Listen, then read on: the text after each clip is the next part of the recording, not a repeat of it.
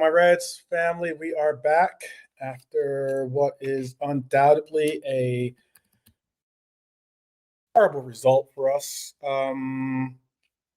Absolutely horrible because we definitely did not expect to be up to nothing and then watch a Leeds team, watch us gift an absolute ridiculous penalty to allow for them to get some momentum and get back involved, get their heads back into the game, and then proceed to give them another goal that they shouldn't have had either.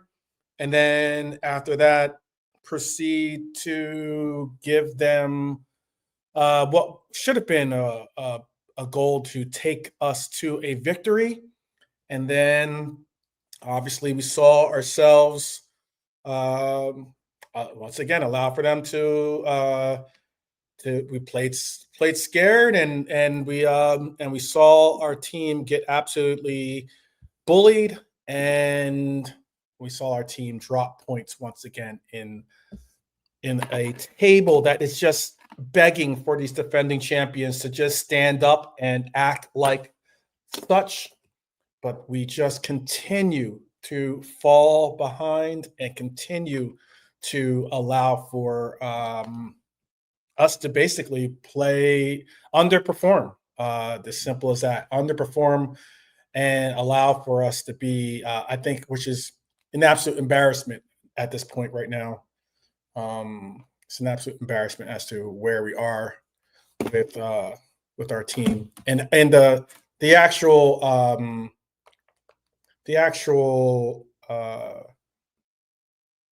what's the word I'm looking for? The actual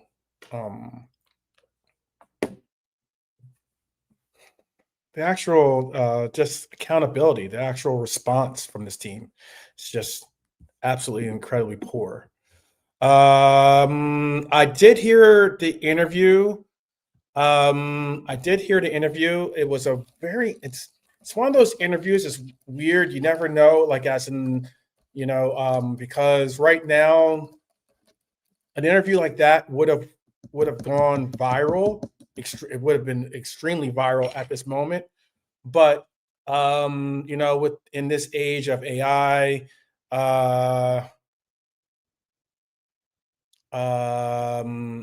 and oh man, today's just not a good day. What can I say? Today's just not a good day on a lot of different fronts for myself. Trying my best to keep a stiff upper lip and say it is gutless. Yeah. I just think that it's a point where like this team just there has to be a moment, and we've heard it from Curtis Jones. We've heard it from Curtis Jones. We've heard it from Dominic Szoboszlai. I've got some quotes from Dominic Szoboszlai that I think are some incredibly important quotes to hear, to tell you the truth, because they're incredibly honest. And we've gotten some quotes from I've got some quotes from our coach. I've gotten obviously what Hylor is speaking on, which is I did see and hear the interview. Again, I'm hoping that's AI or it's some like deep fake type interview situation. It was kind of weird the way it was all set up. I don't know where exactly that was being held. Exactly, the interview was being held, but it's concerning. It's definitely concerning. Immensely concerning to hear what he has to say. He believes that he's in the interview. He's saying he's believing that he's been thrown under the bus by the team or by the club, and that he's feeling that he is that it is not. It is something where he is. How can I put it? It's he is. He is concerned about that. He feels that there's someone possibly at the club that doesn't feel like he should be a part of it any longer. And he's been asked, is this going to be the last game for you as a Liverpool Red? And it kind of, the interview cut out towards the end for him to give a distinct answer for that. But there's already the rumors out there about this possibly being the period in time when Liverpool look to maybe unload Salah and get maximum value for the player. It's not an easy moment in time and place, but to shout out to those that are joining us right now. It's not going to be. I know it's not going to be an easy discussion to have. I don't know if I can play the interview, to be honest with you. I know that Topish played the interview online, but it is someone else's. It's someone's. They played someone. They're probably going to get They probably will get a copyright hit for it, possibly. I hope they don't. But it is on the actual feed that I've seen. It is someone using their phone to record the interview that's on TV. So it's something that even though I don't think we can show it for those reasons, but I can just only tell you from what I heard in the interview. And he basically, if you want to hear the paraphrasing of it, he said he in the interview, he says Mohamed Salah has earned his spot in the team. He should not be on the bench. The club has broken promises made in the summer. He called his mother yesterday and told her to come to the Brighton game. It might be his last game for Liverpool FC.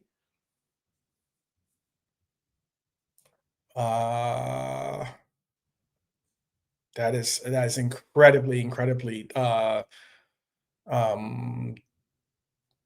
that's that's a difficult place to go from. I don't even know where to go from after hearing something like that. But that is apparently what is being said in the interview, at least. I'll make sure this is going out to our friends. Sorry for looking up right there. Just looking at the screens that I have set up here, so I can get this out there. It's a bunch, though. It's a bunch that we want to talk about. Look, it's at this point, like it's difficult to know where to even begin, to be honest with you. With what's going on, it is very difficult to even contemplate where to start. But I'm going to do my best here, and we're going to have a conversation. We're going to be as positive as possible, but I mean, we're going to be also as honest as possible as well, as always. Okay. Because look, a team that is got a 2-goal lead again, to watch it be evaporated, to watch stoppage time collapse again, to watch a manager who I believe refuses to help himself. Again, I know there are points that I will say that these players have to put accountability on themselves. This manager is not going to save you. This manager is not going to save you. This isn't bad luck. This isn't transition. This is negligence. This is repetition now. And a complete failure to address the same structural weaknesses that have haunted us since August. This club has seen an administration bring nothing but every and any viable piece that is a complete talent into this club to quote unquote make it better.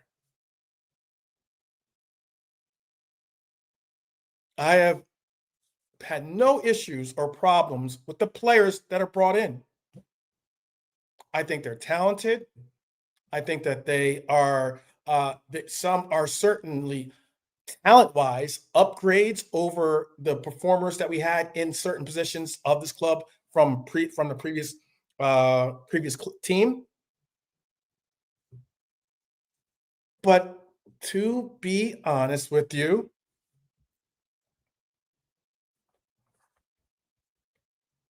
you feel that heartbeat? I can at least tell you that those players that came before these players knew what the heartbeat of Liverpool was. And not only do the new players not possibly understand that, I think that some of the OGs of this team have possibly forgotten what the heartbeat of this club is.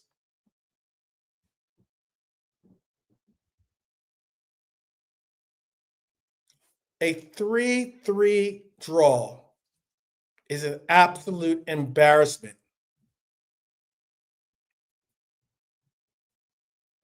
We have another 2 points just thrown into the fire.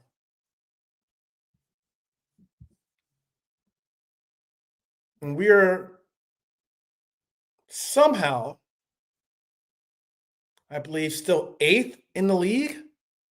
That shows you how ugly this season is for this Premier League.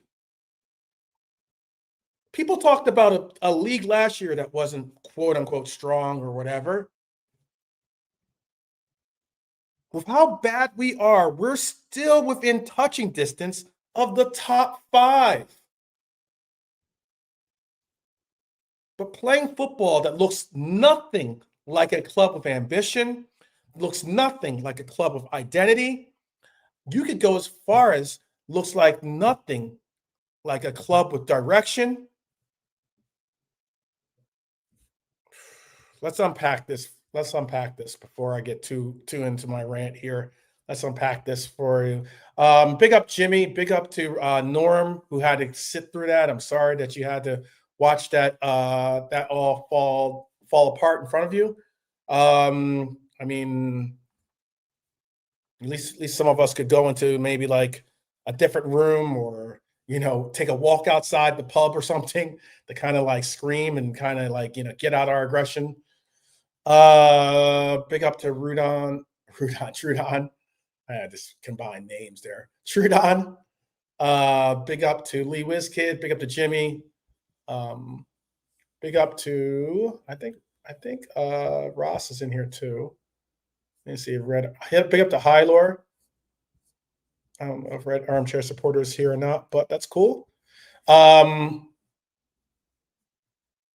Youssef, welcome. I think that the easy assessment of the match breakdown is when you don't learn, you repeat. When you don't learn, you repeat.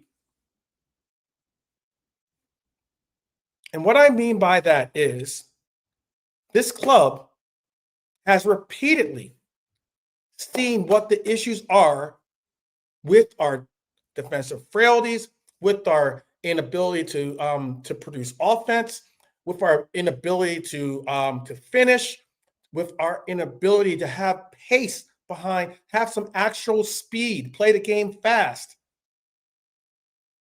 Pick up Humbly Humble.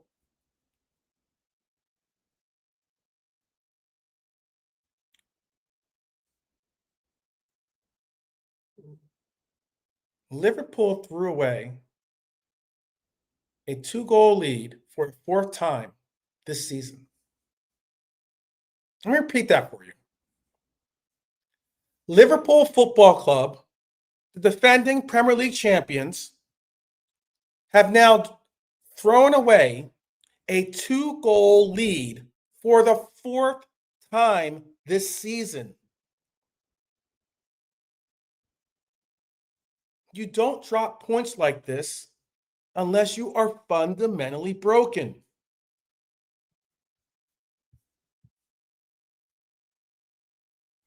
And you could possibly even go as far as to say a 3-3 Liverpool draw in this game could flatter us. Because when they scored that, when Konate does, and I will admit, that was a bonehead penalty. He had there wasn't even a reason to go to ground on that play, first off. But when you have a situation where Konate gives away a penalty, they score after having been down 2-0 for the majority, or pretty much from that point, the entirety of the game up to that point. You give them an inkling of hope. And that crowd went from idling on 2 to 10 off of that. We have 4 changes to 11. Obviously, the headline is Mohamed Salah benched again for the 3rd straight game. He's our highest paid player. He's possibly one of our biggest goal threats. He's arguably one of our biggest stars. And he has been, in his words, at least I'm allegedly, I would say, because again, I'm hoping this is the AI deep, one of those deep, whatever, one of those like AI generated BS things or something like that. But he feels like he's been thrown under the bus. You have to feel that. You have to believe that, because there's no way Salah saying, I called my mom to come to go to the game because it might be my last, or something along those lines. I'm like, I'm hoping that's not the truth.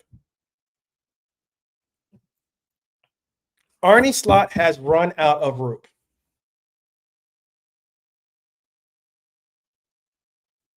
He has run out of rope a long time ago. The first half, more of the same. The first half is a demonstration of our problems initially. Slow starts. This whole let's be in control. Oh, I'm so happy that we finally have a coach that has brought control and possession to our. Give me a break.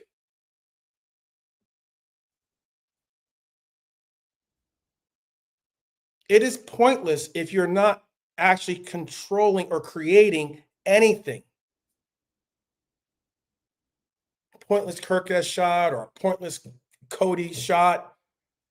Jones hits the post, which I thought was like possibly as close. That's the closest we came all first. That's the closest that we got all first half.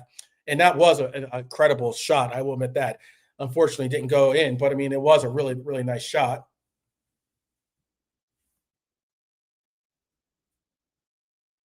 Zero shots on target. That makes. Let me emphasize this as loud as I can without getting angry and screaming it at you. That makes 10 league games without a first half goal.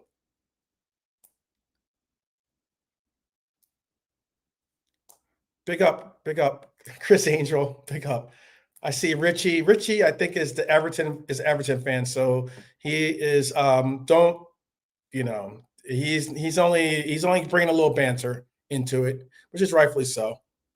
He's a good guy. I believe that's who I'm. Yes, exactly. There, he just confirmed it. Richie's a good guy, and you definitely should, say hello more often. It's interesting that some people only show up when you're down, but all the same, he's a good guy. So go easy on Richie. He's not doing it out of like malice or something like that.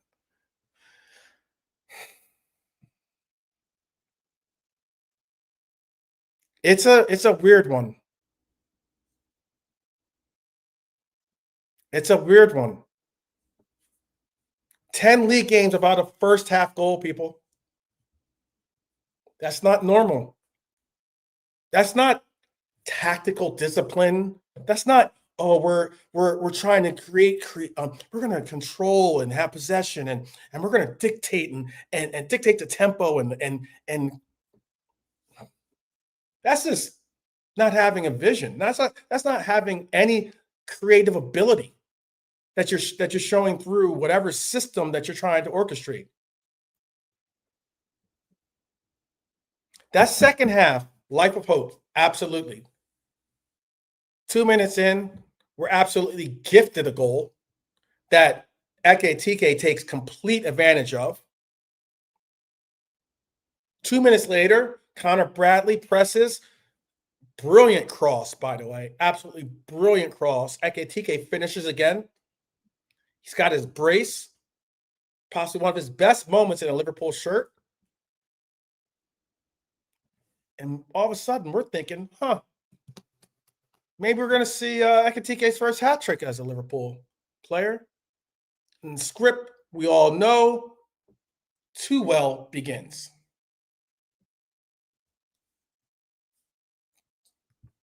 The collapse. I thought up to the point where he makes that stupid play, Konate was having one of his calmer games.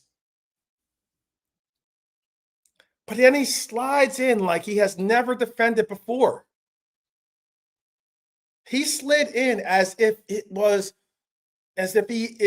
the last man. And if he doesn't make this tackle, he's in on goal by himself. Penalty. Careless, clumsy, indefensible. And you can feel it coming. You can feel the air drain out of the players. You can feel Leeds grow 3 inches taller.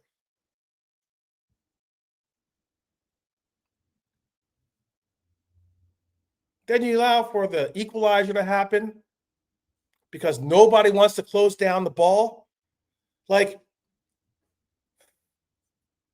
it's one thing for you to give a penalty. It's one thing for you to give up a stupid, did I say stupid? Penalty.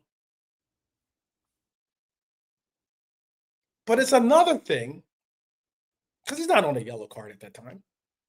It's another thing that when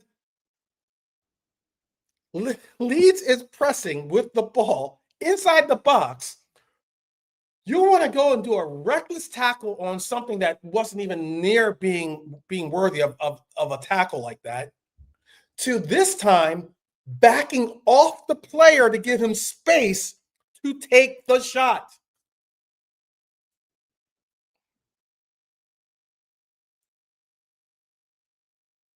That's undefensible.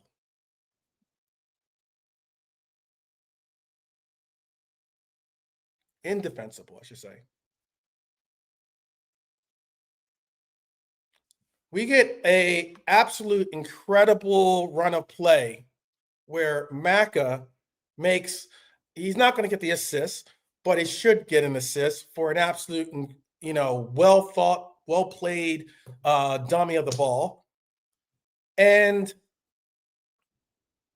Dominic, easily MVP of the season for us, which isn't saying much, to tell you the truth, considering the bar that it is,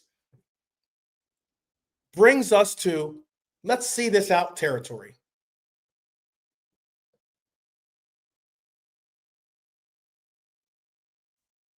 And then the most predictable ending that has been, again, wash and repeat this entire season.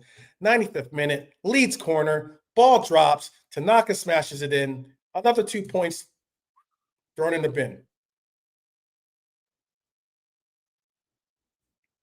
That is absolutely indefensible. I keep saying undefensible. Indefensible. That is absolutely something that you cannot have happen.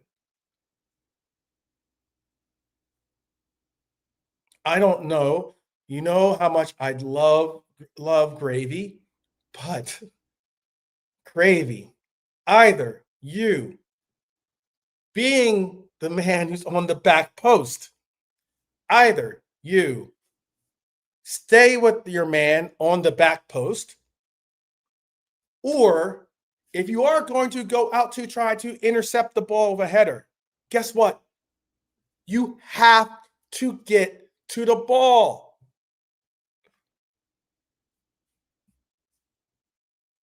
This is identity collapse. This is a leadership collapse. This is systematic collapse. I don't know how other different types of collapses you can talk about.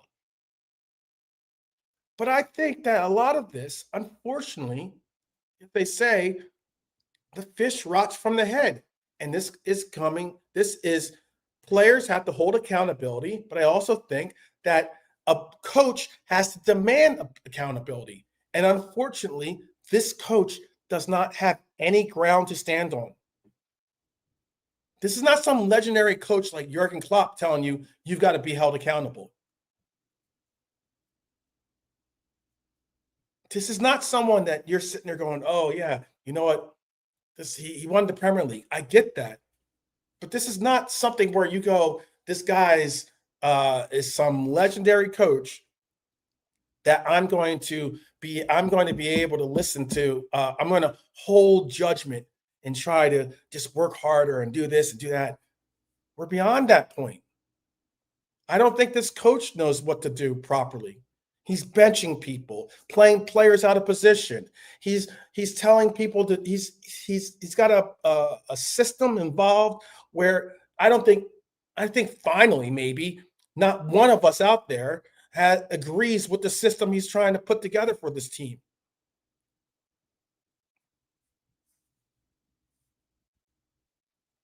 That penalty again, that penalty. Even the Premier League match center spelled it out plainly. They said, quote, Liverpool number 5 makes a careless challenge. The ball is in play. My final decision is penalty kick.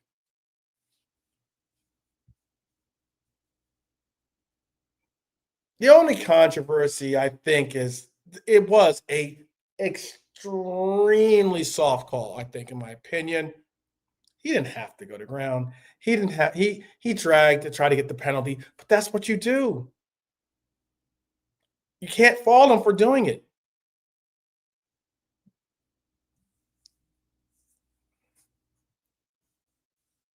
When Kanata wiped out the player, was full stop for us right there. You heard the pundit saying it was clumsy and rash, and experienced players don't do something like that.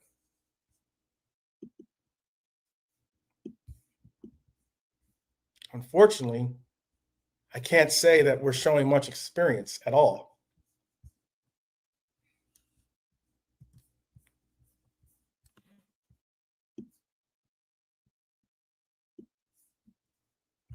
I can't say we're doing much experience at all when it comes to that.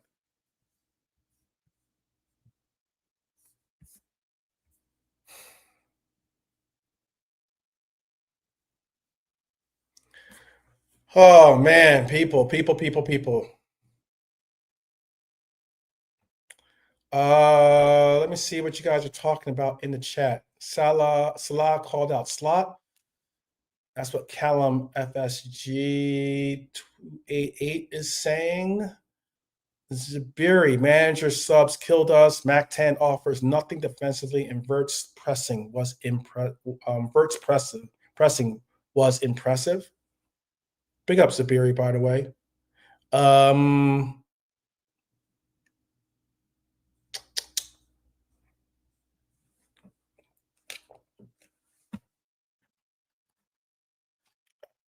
Man, I'm hoping to get a transcript of it. Yeah, that's going to be the headline, by the way.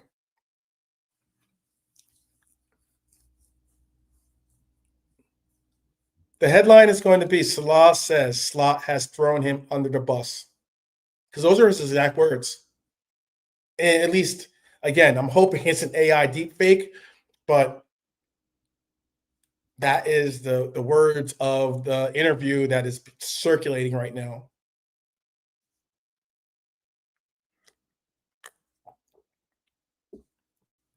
And again, we can only hope that it's an AI deepfake because that's one of our best players, possibly quitting on the team and believing that the team has quit on him.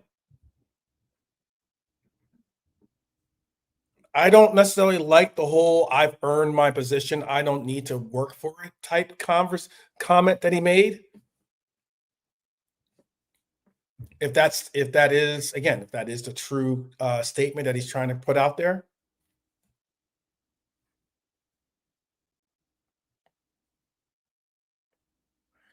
Yeah. I think that at this moment, I think what is really weird about it is at this moment, I don't believe Salah needs to make these comments.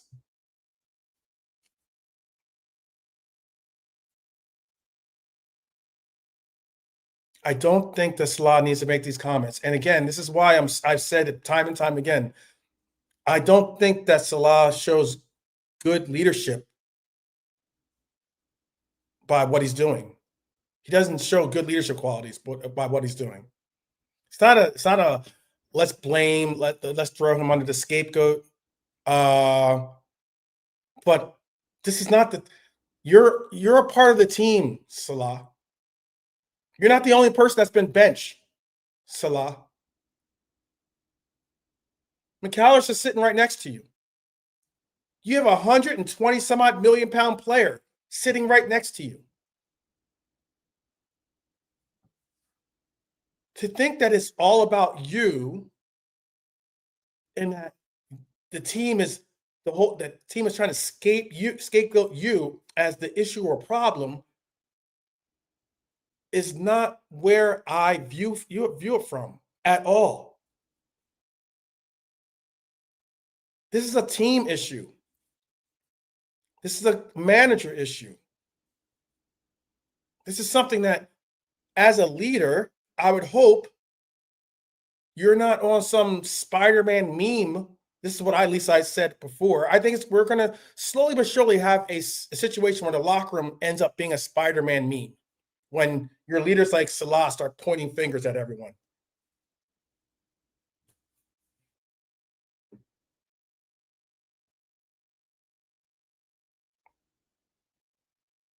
Because, Rez, this is damning. This isn't media rhetoric.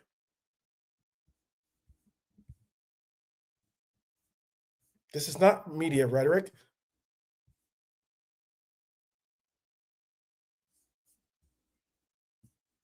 But before I even get into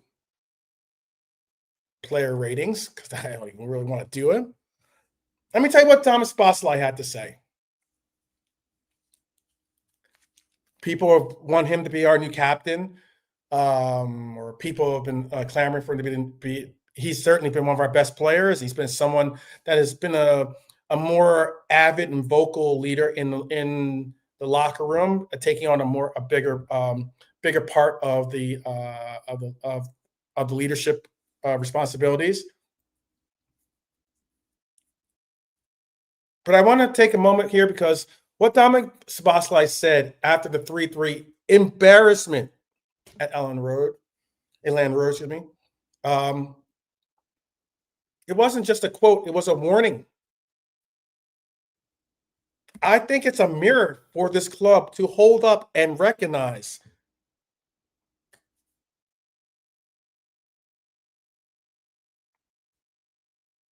Szoboszlai, the only player who consistently plays like he remembers we're not only defending champions, but we're Liverpool Football Club, tore into the mentality of this team. And I think, honestly, he's right. This is what he said. He said, quote, "I don't know what happened after 2-0. I think we thought the game was over. We said at the beginning, never underestimate them.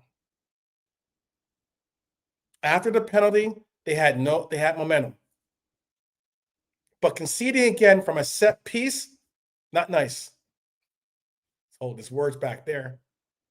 There are times you have to go home and ask yourself if you did everything possible. That's damning.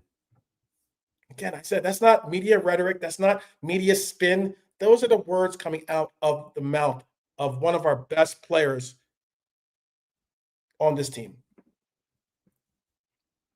That's not content creator frustration. That's not fan frustration.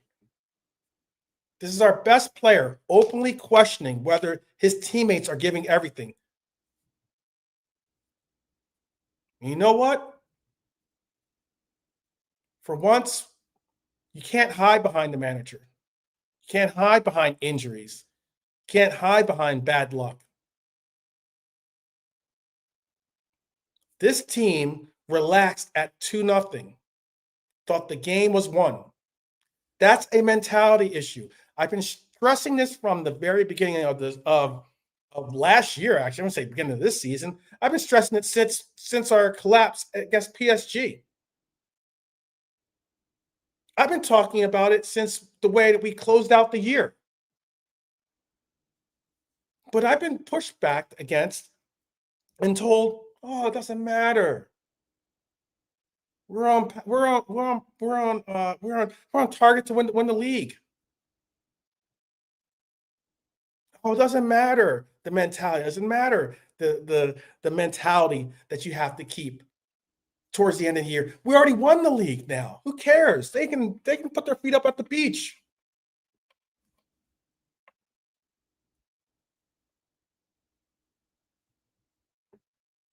Let's gut the team of all the players that did the hard work, did all these things, the intangibles that everyone did not everyone, I shouldn't say everyone, but majority of people did not recognize and appreciate. So I know a good number of the people in the chat did. We've got some people that aren't Liverpool fans in the chat, so I can't say everyone. But I know the OGs and a lot of people that watch this channel, we understood the intangibles of the Diaz's and the Harvey Elliott's, the Nunez's, and even some of the youth academy players that would step up when we needed them to step up because they knew the essence of what Liverpool football is. But that's it. This mindset didn't come from nowhere. This is a mindset of a man who would during the season take off to Dubai.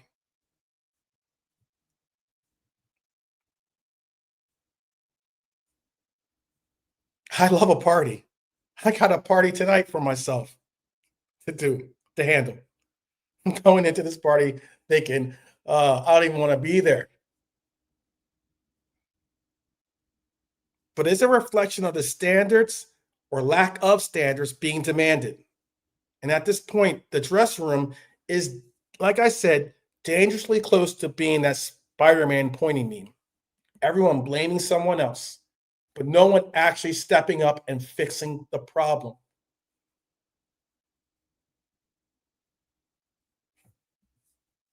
That is a hot, hot mess. Hot, hot mess.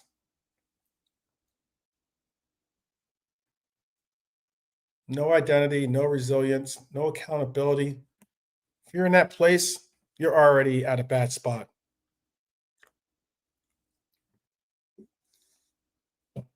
You're already at a bad place. Because I believe that your standards are the problem.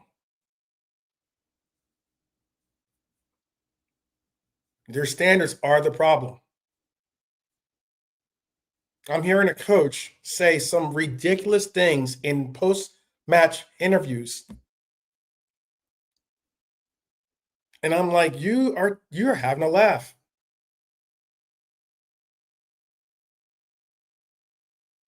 You're surely having a laugh.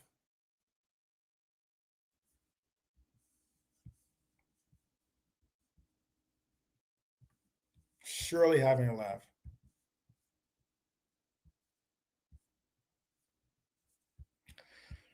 Oh man, set pieces, freaking players playing like the players playing scared.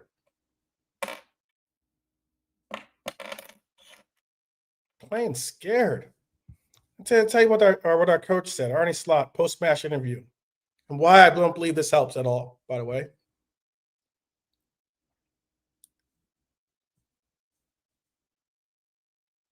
Slot said, a sense of unbelief.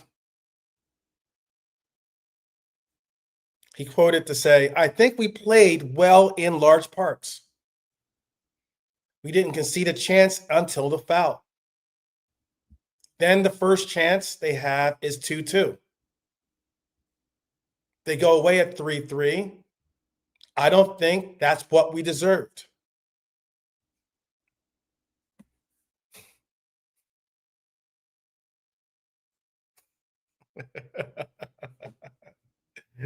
Oh man.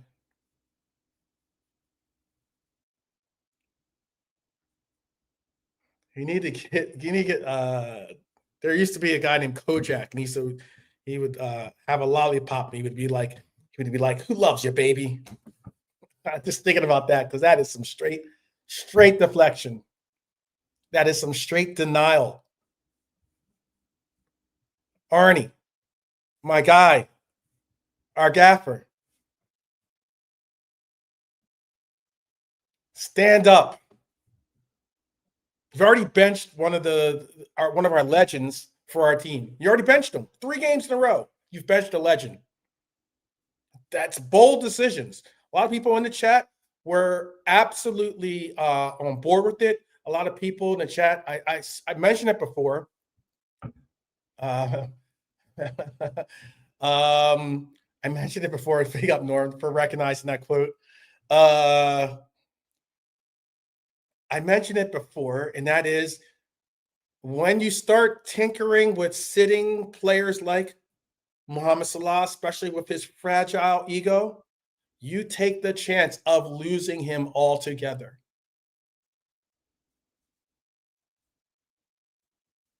Telly Savalas, yes, that is who played Kojak. That's right, Telly Savalas. He had a chrome dome himself. He was bald himself.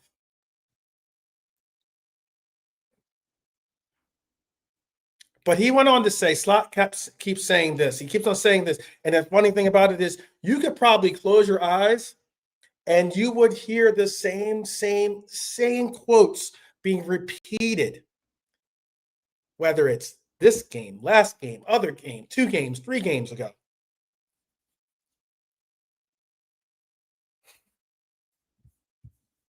You will continue to hear the same things about, we didn't concede chances. It's unlucky. It's not about me. We showed good mentality.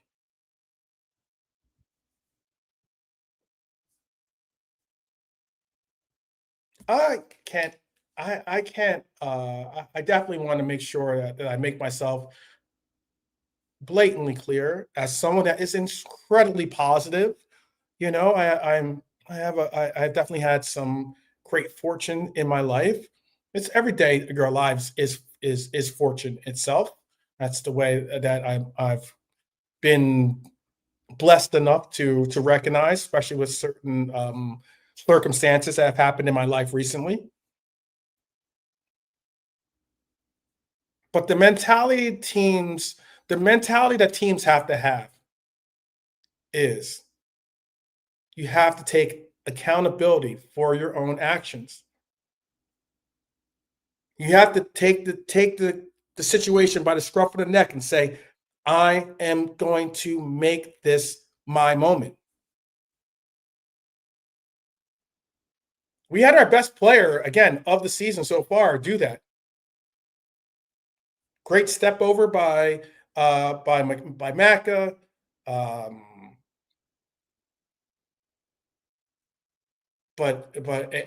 absolutely fantastic finish by Dominic Szoboszlai. But as positive as that was at that moment, you give this team the opportunity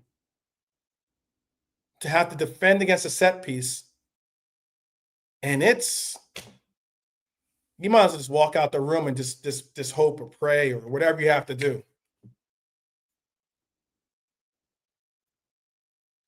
Mentality teams don't concede. Mentality monsters. Remember that word? Remember that label?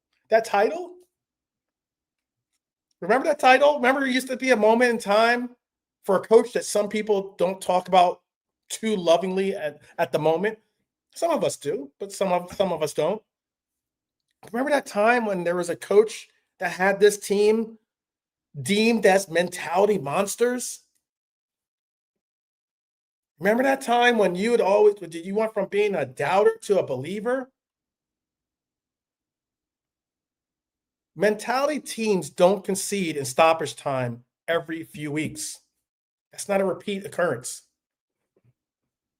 Mentality monsters don't blow 4 2-goal leads in a season. And we're not even done.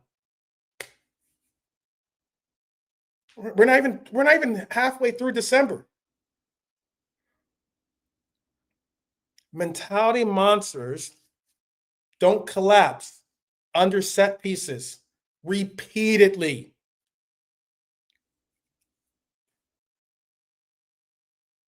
It's disorganization. I'm sure this team has to be doing some type of set piece drills, and I'm sure they're doing all these different things in practice and the likes. I'm sure they are. I would hope they are, because if they're not, then absolutely this coach deserves the sack immediately. But I'm sure they are. He spoke on the fact that they are.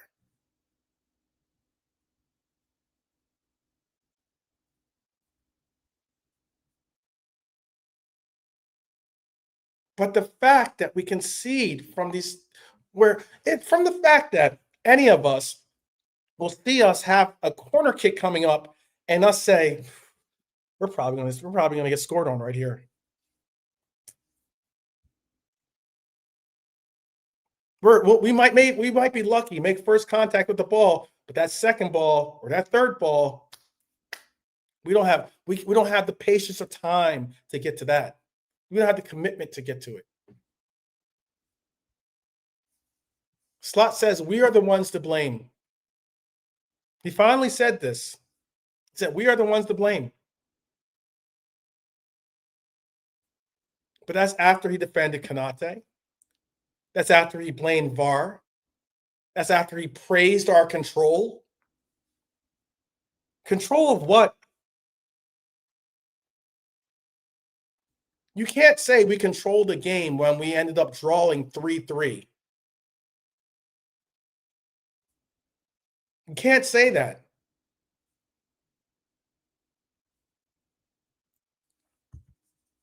We controlled absolutely nothing in the moments that mattered, and that's all that matters.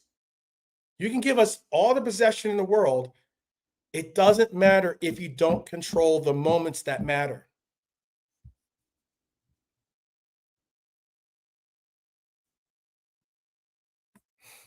I don't even know if we're second to the ball, Norm. I think sometimes we don't even make a move for the second ball, much less the third. That's just my point of what I'm getting at. Like, as in, a lot of these different things are just basic elements of a football team, of a football player. These football players have been playing for their entire lives. These aren't new concepts. These aren't new tactics to be told. There's no tactic to say play tougher. There's no tactic to say play with heart. There's no tactic to say keep your head up. Those are all mentality things. Those are all things that you have to have instilled in you.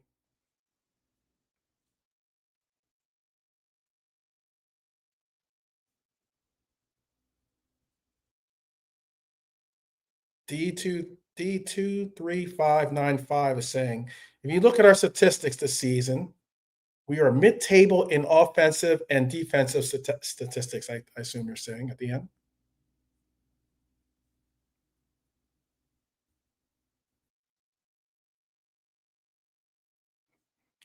Norm Retro LFC or Norm is saying, well, 12 even on a throw in for us.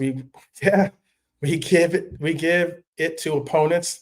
Then when opposition have a throw, they still keep it or some. So we are not really winning the ball in those things as well. As I agree with you completely.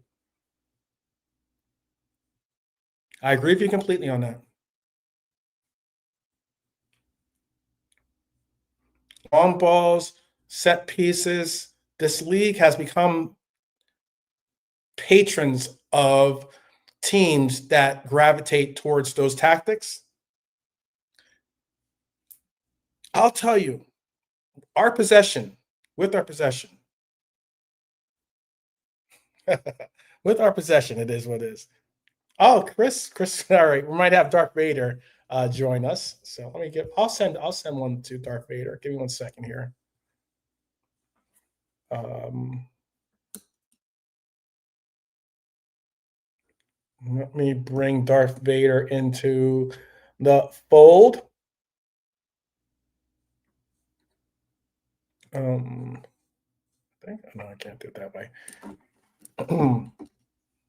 Let me bring him in. Give me a second here. Sorry about that. I'm gonna send Chris the link if he wants to join. You think I'm being negative? Wait till Kylo Ren gets involved. Oh man. Any more on Salah? I'll get an update for you on that. Give me 1 second. I'll give you an update because I didn't. What's interesting is it's that interview and everything else that is being posted. Um, I put it in my group chat and don't know. Again. I don't know what. Apparently, it was being broadcast on a Norwegian channel or something like that. So yeah, about that. Whoops. All right, let me send this to Chris, and I will send this to. Also, I'll send it to JP too in case he's up and watching or available. Send it to all the. Those are my contacts on Twitter, at least. All right, all right, all right. Far as the updates on Salah and his interview, again, I don't believe I definitely can't show it. I know that much. I definitely can't show it. But and I can't really the quality of the interview or the quality of it's someone on their phone taking a video of the television. It is poor quality, very, very, very, very, very poor quality. So it's a little difficult to hear. So if it's difficult to hear me then trying to play it for you, it's going to be even worse. I'll tell you that. But let me see if I can find any update on it for the interview or this.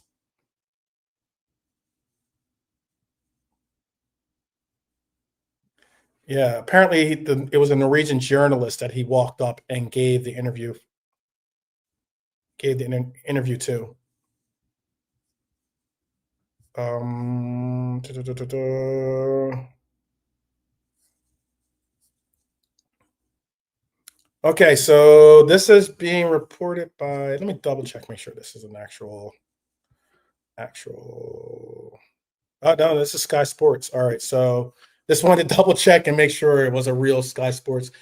This is Sky Sports News. Okay, this is the quotes that he's given about Salah. Salah is the Sky Sports News is quoting 26 minutes ago. The club. This is Salah speaking. The club has thrown me under the bus. Someone doesn't want me in the club. The relationship with Arne Slot has broken down.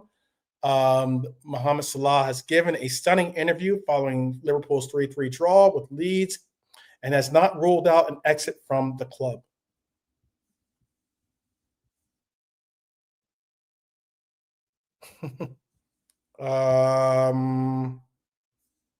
Okay, and I do have, let me see if this might be the entire interview.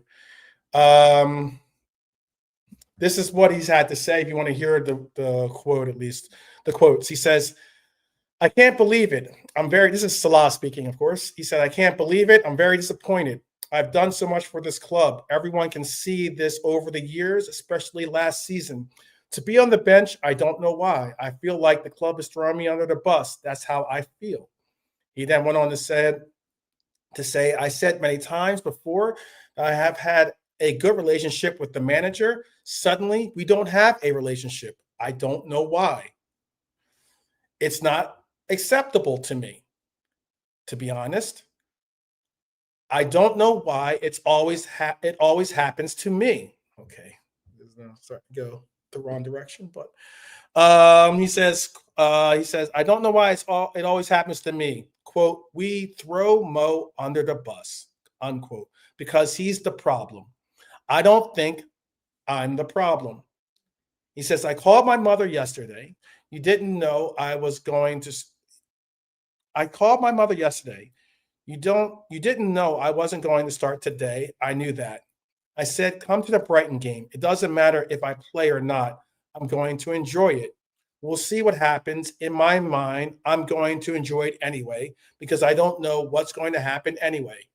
The game will be at Anfield, so that will be my goodbye before I go to AFCON." So it's not saying that he doesn't, that's the last we'll see of him, but it is certainly saying that this is possibly his last opportunity to say before he leaves for AFCON.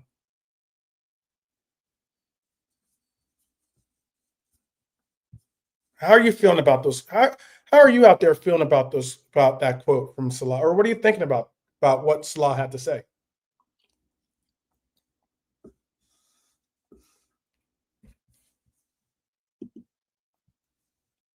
He's certainly hinting at it.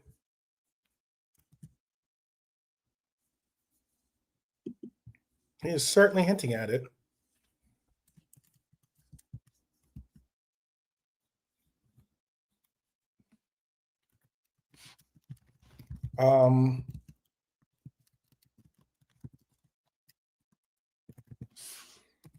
Certainly hinting at it.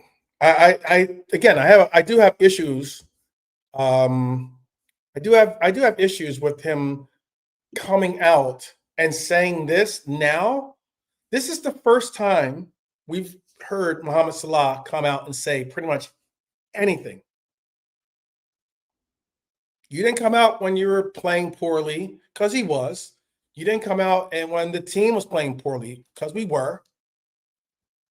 But now that it's the third game that you've been sat, now you choose to come out and speak on your now you want the spotlight to be.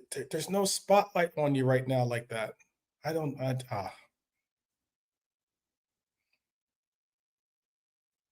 just don't. I just think that it's a poor timing. Get into the Brighton game. You've still got an immensely important, Inter Milan game, Champions League game coming up. You have an immensely important Brighton game. That's how poor this league is right at this moment. The Premier League is so poor,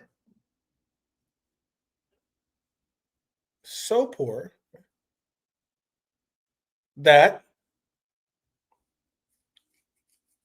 even with 23 points, sitting in 8th place,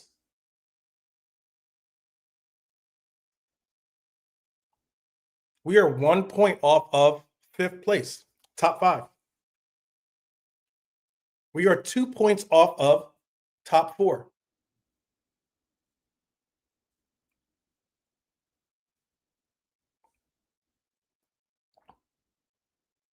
I don't know. I don't know. Again, for me, for accountability, I'm just saying, take accountability of your own play. Don't act like you've been lighting it up. You know what I mean? Big up, Kevin. Don't act like you've been lighting. Just take accountability of your own play. You know what? Say as a team, we go through this as a team, and emphasize the fact that we've got to make this better as a team. That's all. And go out there on the pitch and do it. Go out on the pitch and make a difference. Nolante, I don't know if you heard the quotes. We're just speaking on Salah, who's now become, because of his quotes, apparently to some random Norwegian, like apparently some random Norwegian journalist. You know, he decides to unload his feelings. You know, um, what are your feelings about our circumstances? Or what are your feelings about our legends comments? What are your feelings about our coach? What is the mood and take of you right now? Good evening, everyone. Once again, we got the chat. Everyone in the chat, Red Armchair, Wee Wiz, all of you, man. Big yourself 12. You know, as you said, you'll be wearing this iconic Liverpool kit tracksuit, loud and proud. No, Yeah, I represent will. the bird. I will. I will. Represent the I'll, bird. Woo, I woo. tonight this will be the jacket that I wear. I'm sure I will get approached by a lot of people saying, laughing or trying to mock me or saying something or whatever. I do not care. I do Yeah, not. I rarely get rattled by that. If anything, yeah, I will bite back. So indeed. It's all right. I'm in spirit. I'm in spirit too. yeah, there you go. I got you. Not for the worst. It's just coincidentally in it. But look, man, I had to go on camera for this because yeah, this is wild. Look, where do we start? Where do we begin? The game, right? Yeah. So Yeah. the first half, we were in control. Leeds weren't a threat. Had Jones Curtis had to hit the bar, or Cody could have done better of one or two things. Works was doing okay. And really, it was 0-0. We had the better the first half, and then the second, obviously Hugo. Obviously it was a bit of a silly goal from Leeds, the back pass, but he finished it. And then the second, great interception. That was intensity from Mm-hmm. Bradley, pressing, Mm-hmm. whipped the ball in, and Hugo got the first, as strikers do, 2-0. And we weren't really in any danger. Again, Nope.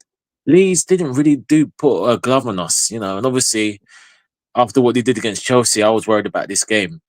And then, and again, help me out, ladies and gentlemen. Who was the person who had the bozo moment? Can someone in the chat just mention it to me, please? Just mention the name, please.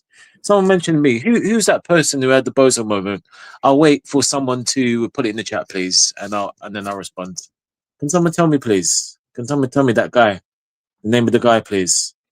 It's the I think it's the guy that wants a raise. Oh, songs 4K. Big up I yourself. Yeah, that guy. Yeah, him.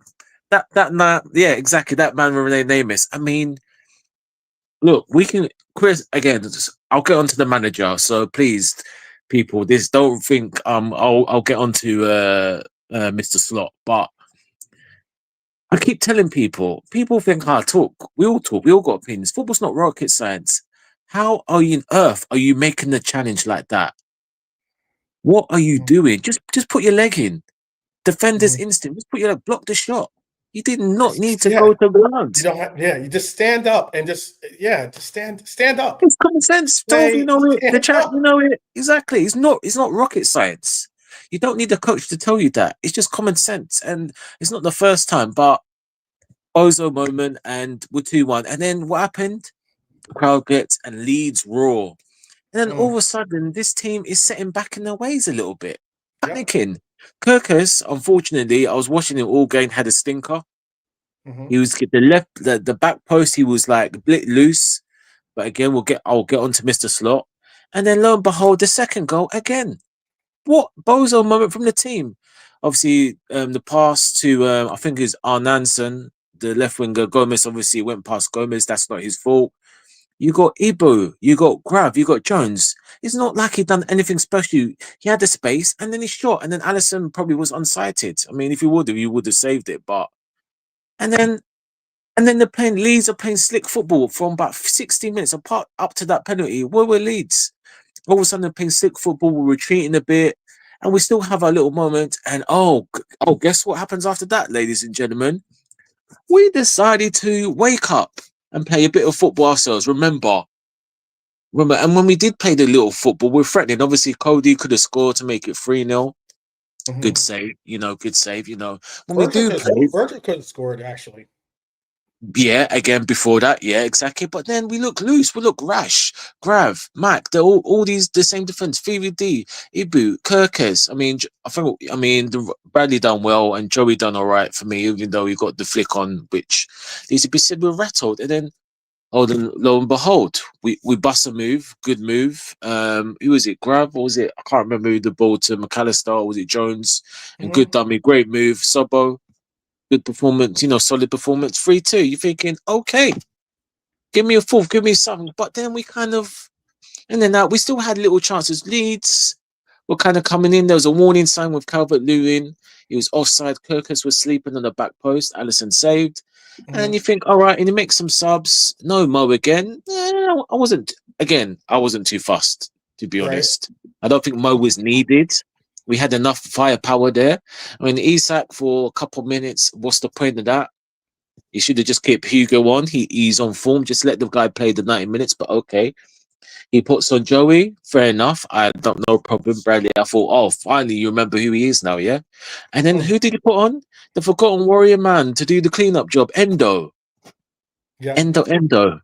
And he puts him on, and then Leeds were pressing, nothing major. We can still, we still had chances, but it's back and forth, nothing great. We had one or two scares, and Endo and Joey were putting to more effort to put tackle in than the majority of the players all 90 minutes. Yeah. That was embarrassing. And it's not like we understand the players have different attributes, but it's embarrassing. And then, lo and behold, the flick on Joey maybe misreads the header, but again, it's a corner. It's a corner. So, you would think this team has learned to clear the lines. But what happens? Leeds with the first ball. Who's at the second? Who's at the back post? No one. Grav handballs it. And what's his name? Tanaka's free. Bottle Jobs FC again. Bottle Jobs FC. How many? We've only won 2 games in the last 10 now. And again, disappointed. Now, on to Mr. Slot, ladies and gentlemen. Mr. Arne Slot. Arne Slot. Look, Arne, I've no problem with you benching Salah again. No problem with him coming on. I don't think he was needed. We weren't desperate in terms of the tax sense. But brother, why? Ibu again, why? Chiesa, why? Endo, again.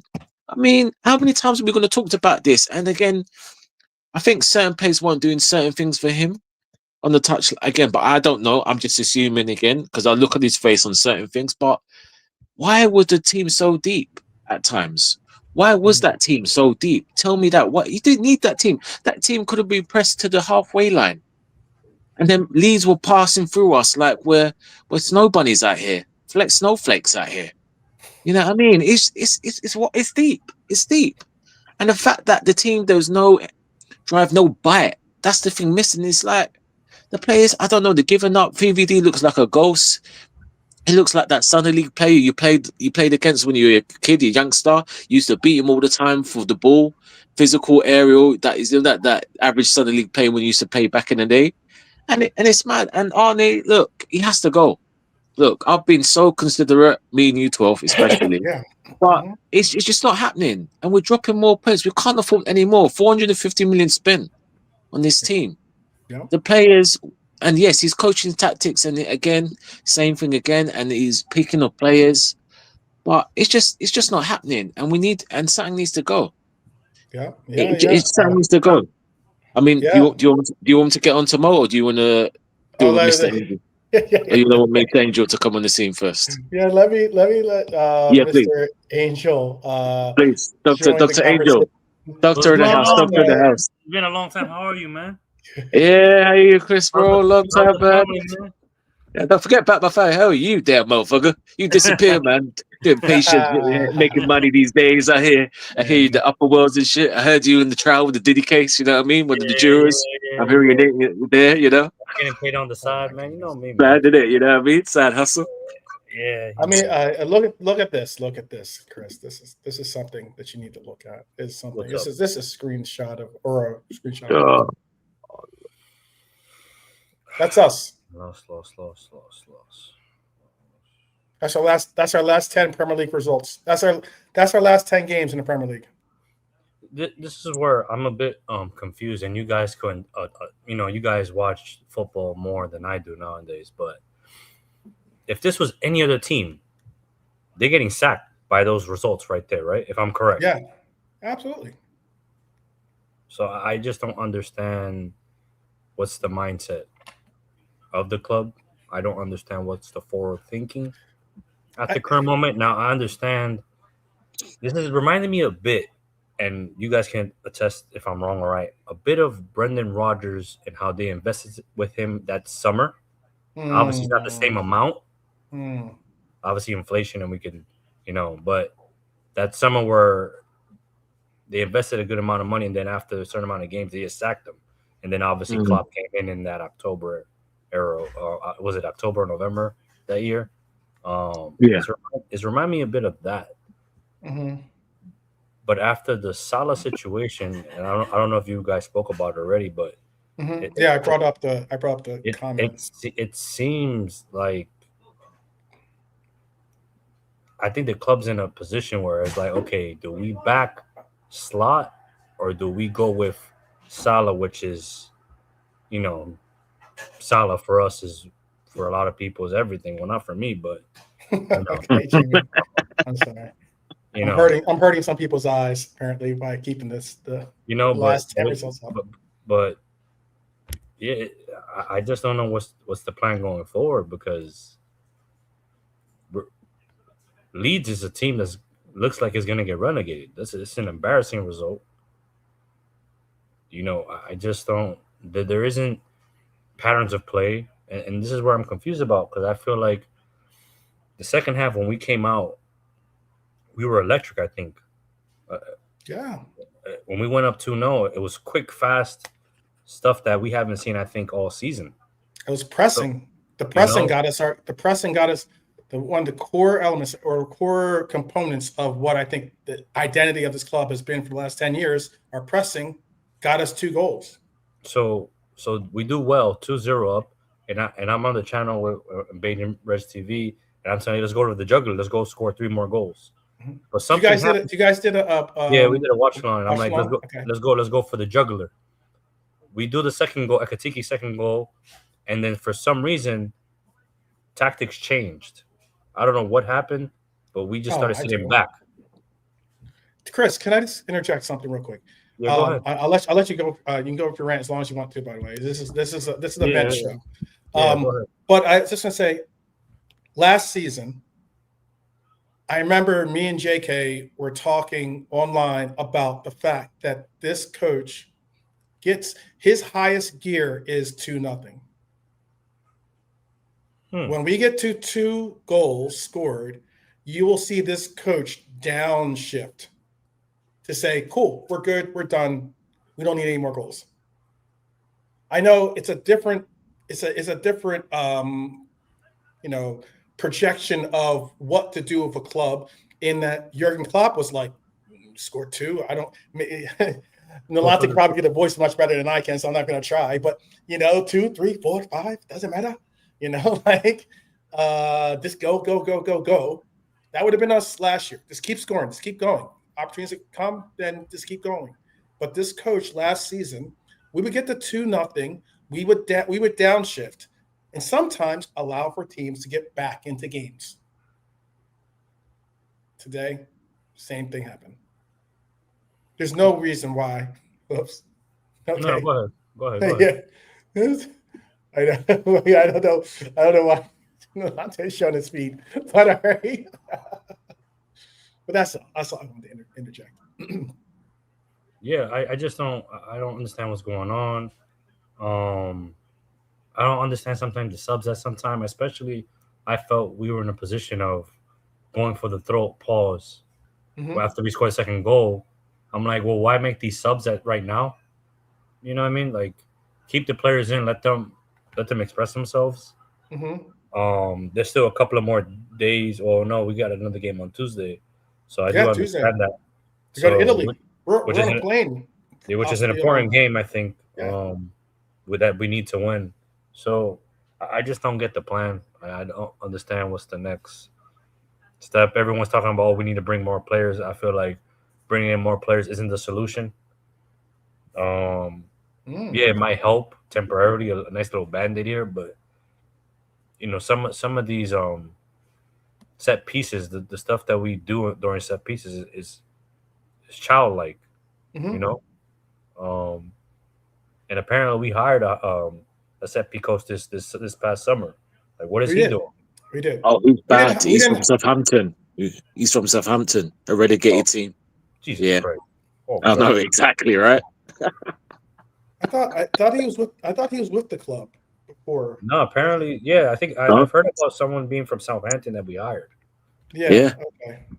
To do with set pieces. Our set piece coach, I think, because I remember looking it up. The set piece coach was someone that, like, he had another job, but then he became the set piece coach, and we have a set piece analyst who then, I think he was maybe the set piece analyst that became the set piece coach, and then we hired a new set piece analyst. There's like two different positions, but all the same, I'm not disputing that he's not from Southampton at all. Yeah, so I think we have solutions. Like what? For me, sorry. For me, That's like what the way you said. But for me, I've been crying out all season. I think we need to go to a two-striker formation. Oh, well, you're welcome on this channel. I guess, yeah. I mean, I've been saying that you didn't want that. That's like my bread and butter. What's the point? Obviously, I understand Isak needs to get up to speed because he didn't really have a preseason, so he needs repetition at this point. I don't see him starting 90 minutes every game. And obviously he had little niggles here and there. But what's the point of spending all this money on these strikers? Close to 200 million on these strikers. Use them. I don't know. What do I know? You do know, and don't undersell yourself. Don't say I don't know. I always say that if you want to if you went to college, or if you're at I don't know, a uni, as you guys call it, right? Or if you went to high school, or you wouldn't go, if you went to a classroom and your teacher said, I don't know before everything or anything that he said, you probably wouldn't listen. You probably wouldn't really want to hear what he has to say. But Chris, you have things to say, and what you're saying is spot on. What Nolante is saying is spot on. What the chat is saying is pretty spot on. This team needs to, no, this isn't the kids anymore, because this is like check yourself before you wreck yourself type situation. The two striker system, I've been emphasizing, or I've been campaigning for this for a hot minute. The way that we go forward is we have to eventually. Salah is not going to be with the team forever. Even if we keep him this year, if we work things out, we straighten things out, we get everything reconciled.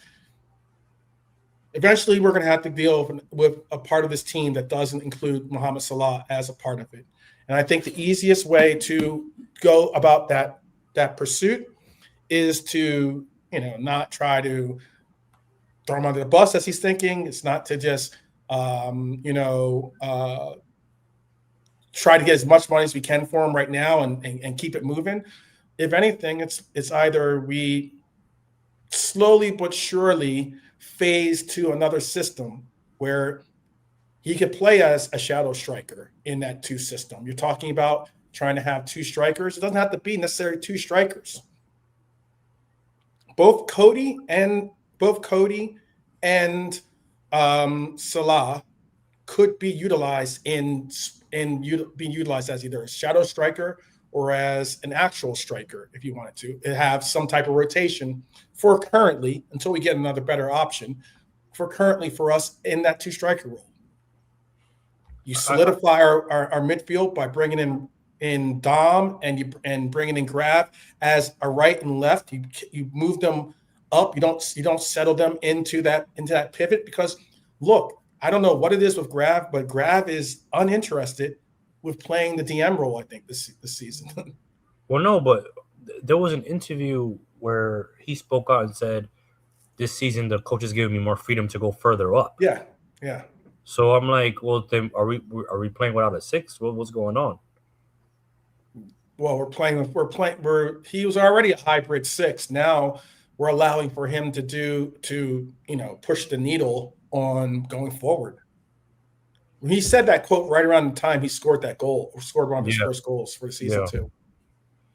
So I also think how much have you seen him get involved? I think a back 3 will work too, especially with our fullbacks.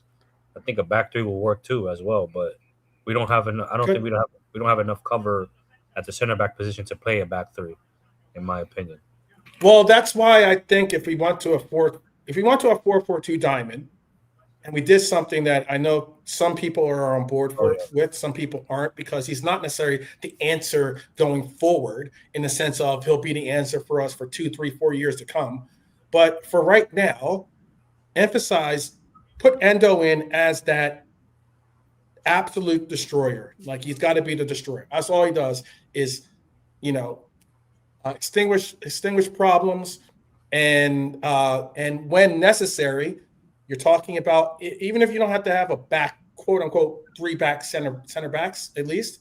I know this might not be everyone's solution, but having a right back at like a Frimpong or even a Bradley, having a left back like a Kirkes, or even a slightly older Robbo, if you're going to utilize them going forward to bring upon your width, what you could do is have that DM fall back and present a 3-back situation, in essence.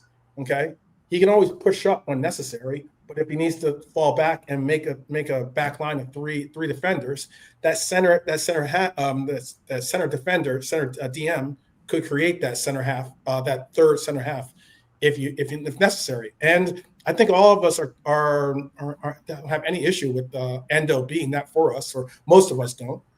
I don't. But I was screaming like a little girl when he came on today.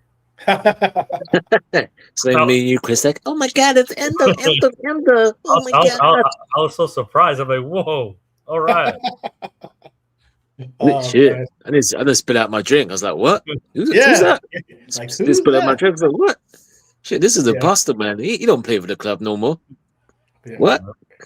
Gum shield in that? I was like, okay, say no more. Say less. Look at it too, our slow starts have to be, I don't know what I think it's because we talk about possession, we talk about this total football and people being able to play out of position or play, having freedom to do this and do that. And maybe because we don't have some type of, it doesn't have to be rigid structure, but some type of real structure to the team. We have no structure to the team, and it presents us with problems. We cannot have slow starts. We got to press higher from the very beginning. We've got to set the tempo and the intensity level. If we're going to sit back, just like Nalante was saying, and allow for the game to quote unquote be dictated to us, it's going to be an issue. We've got to move. How often do you see us with cleats on top of the ball? If I was the coach, I'd be like, if your cleats are on top of the ball, you're doing laps. I'd bring it back to like, to like real basics. You're doing laps. I don't want to see the ball stop moving. I don't want to see you pass the ball for it to sit underneath your cleats, okay? And for the defense to regain their structure and then start to approach you with structure. I don't want to see that. I want to see touch, move the ball, touch, move the ball, touch, move the ball, keeping the flow, keeping it actually productive and progressive. But 12th man, when it comes, and I've noticed this too because I think I think everyone has the right reaction to criticize and want Slot out. Right? Hmm. He's done very poorly in regards to managing the squad. I think, but I feel like when players are on the pitch, that's on them. I think. Absolutely. Yeah, certain things, yeah, Absolutely. certain tactics or positions, cool. Like that's on the manager, whatever sessions Hmm. they have. Hmm. Um, but some of these misplaced passes, that's not Yeah. on thought, in my opinion. No. That's like what are the players doing? And I think I read a comment earlier. I don't know who it was, but big them up talking about they're sabotaging or self Hmm. sabotaging so he can get sacked. Like I'm not okay Oh, with that. I'm not okay with that because why would we want someone like that in the squad? What's going on here? Where's your pride? You know what I hmm. mean? Hmm. Like, where's your self respect? I think so. I don't know. So I'm Self confused. sabotage is that That's is crazy. That's crazy to me. Like, that's not for if that's the case, then not only are is that you can go with this if that's the case, you can go with the coach. that's what I'm saying. And yeah, I completely agree. That's weird for me. Like even like there was apparently I was watching. I don't watch a lot of YouTube anymore because Hmm. some of Hmm. the people on here like say a lot of ridiculous shit or whatever, or they Right, just right, right, right, right. clickbaits and they'll say something and it's like, it reminds me a bit of my old self, my negative self. Oh, You're more like water now, huh? yeah, You're more like I'm more like water now. The older I get, I'm becoming more like water. But good, there was good. someone where I read, I was watching a video, and they said that the commentators of a certain country said that the handball that VV did that day was Uh-huh. self sabotaging or whatever. And I'm like, what? Mm, Like, okay. Yeah. what are we doing now? You know, Hmm. I think we're already in a bad place at the club. Why Hmm. do we need to create more stories? For what? For more clicks? I don't. Oh, Why? absolutely. We're in a bad place right now. Let's. It's crazy for me to say. Let's come together and figure something out instead of creating this BS. You know what I mean? It just makes no Okay, sense. so I thought that the Mohamed Salah was an AI deep fake. We might be listening to an AI deep fake of Shut up. Shut up. No, but I actually thought like because in our WhatsApp group, Barnes put up what was it Barnes or Rasta put up saying, "Oh, did you guys see the Salah interview?" And I'm like, "No, Mhm. what did he say?" And I looked it up, and I'm like, "Holy shit! Like, what is this He man threw. even? Like, I'm like, what is he doing? Like, Oh, if you talk about him throwing, if he's thinking he was thrown under the bus, he pulled he took himself out shots. Yeah, he took and shots. threw Slot right under the bus. Yeah. Yeah, yeah. So I'm a bit confused as to why Salah said what he said, and why now? Why not 3 games ago when he was starting? Yep. Yep. Why now when he hasn't been starting? Yep. And I agree with that completely. and, I know where you're going with this. Yeah. Continue. and I I want to use the correct words because I don't want to be disrespectful, and I'm trying to be different. But Salah can be a bit of a diva sometimes in regards to his playing time, and he's Hmm. done exceptionally things for us, and he's been great, and no one Hmm. can deny that. No one can take that away from him.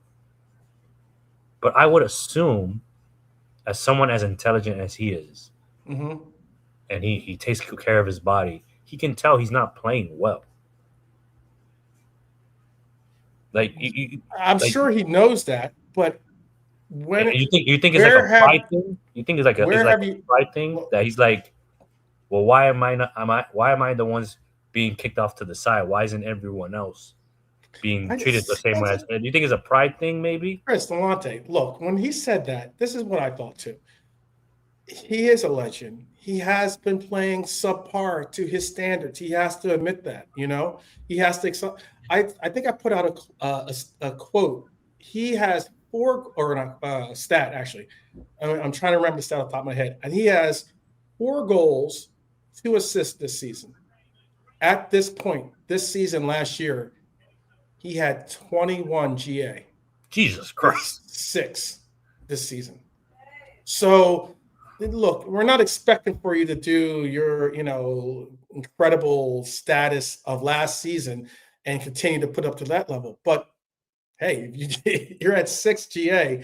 If you even doubled that, you would only be at half the GA, or practically a little bit over half the GA of what you produced at this time last season.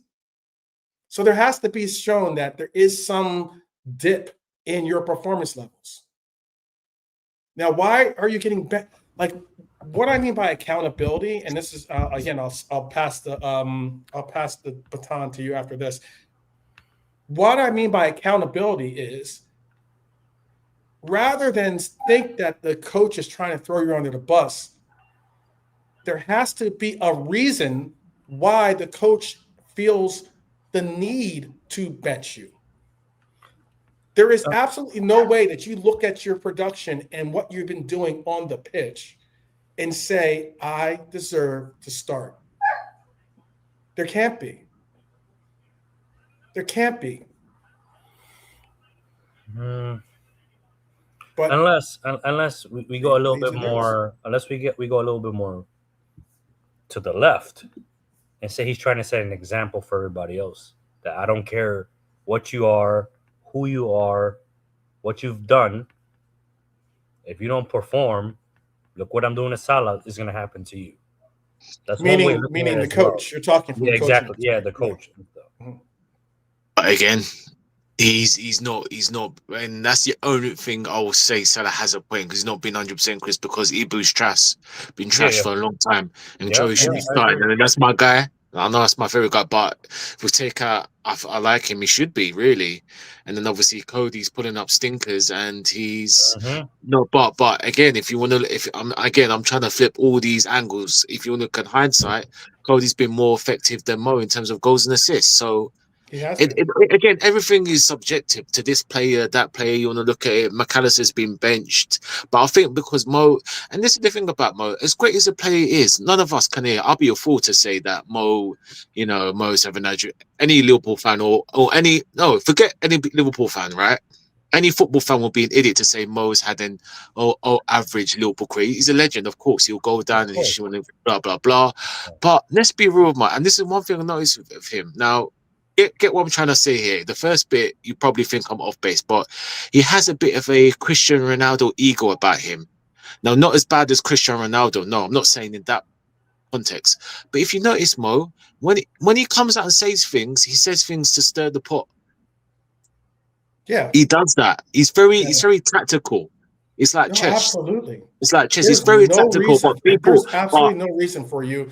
But it's not you trying to separate yourself from the status of the. It'd be a different story if this was a 3-game losing streak. I'll let you finish, but it'd be a different story if it was a 3-game losing streak and the 3 games that you weren't in, we lost, and that's the and now this is you coming out and saying, why am I getting picked on? We're losing all of a sudden, and I'm not in these games. Make that connection.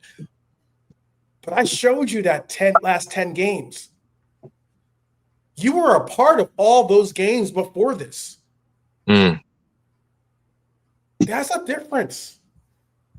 That's a huge difference. Again, I'll even bring it back up real quick. You're a part of Crystal Palace. You're a part of Chelsea. You're a part of Manchester United. You're a part of Brentford. You're a part of Manchester City. You're a part of Forest.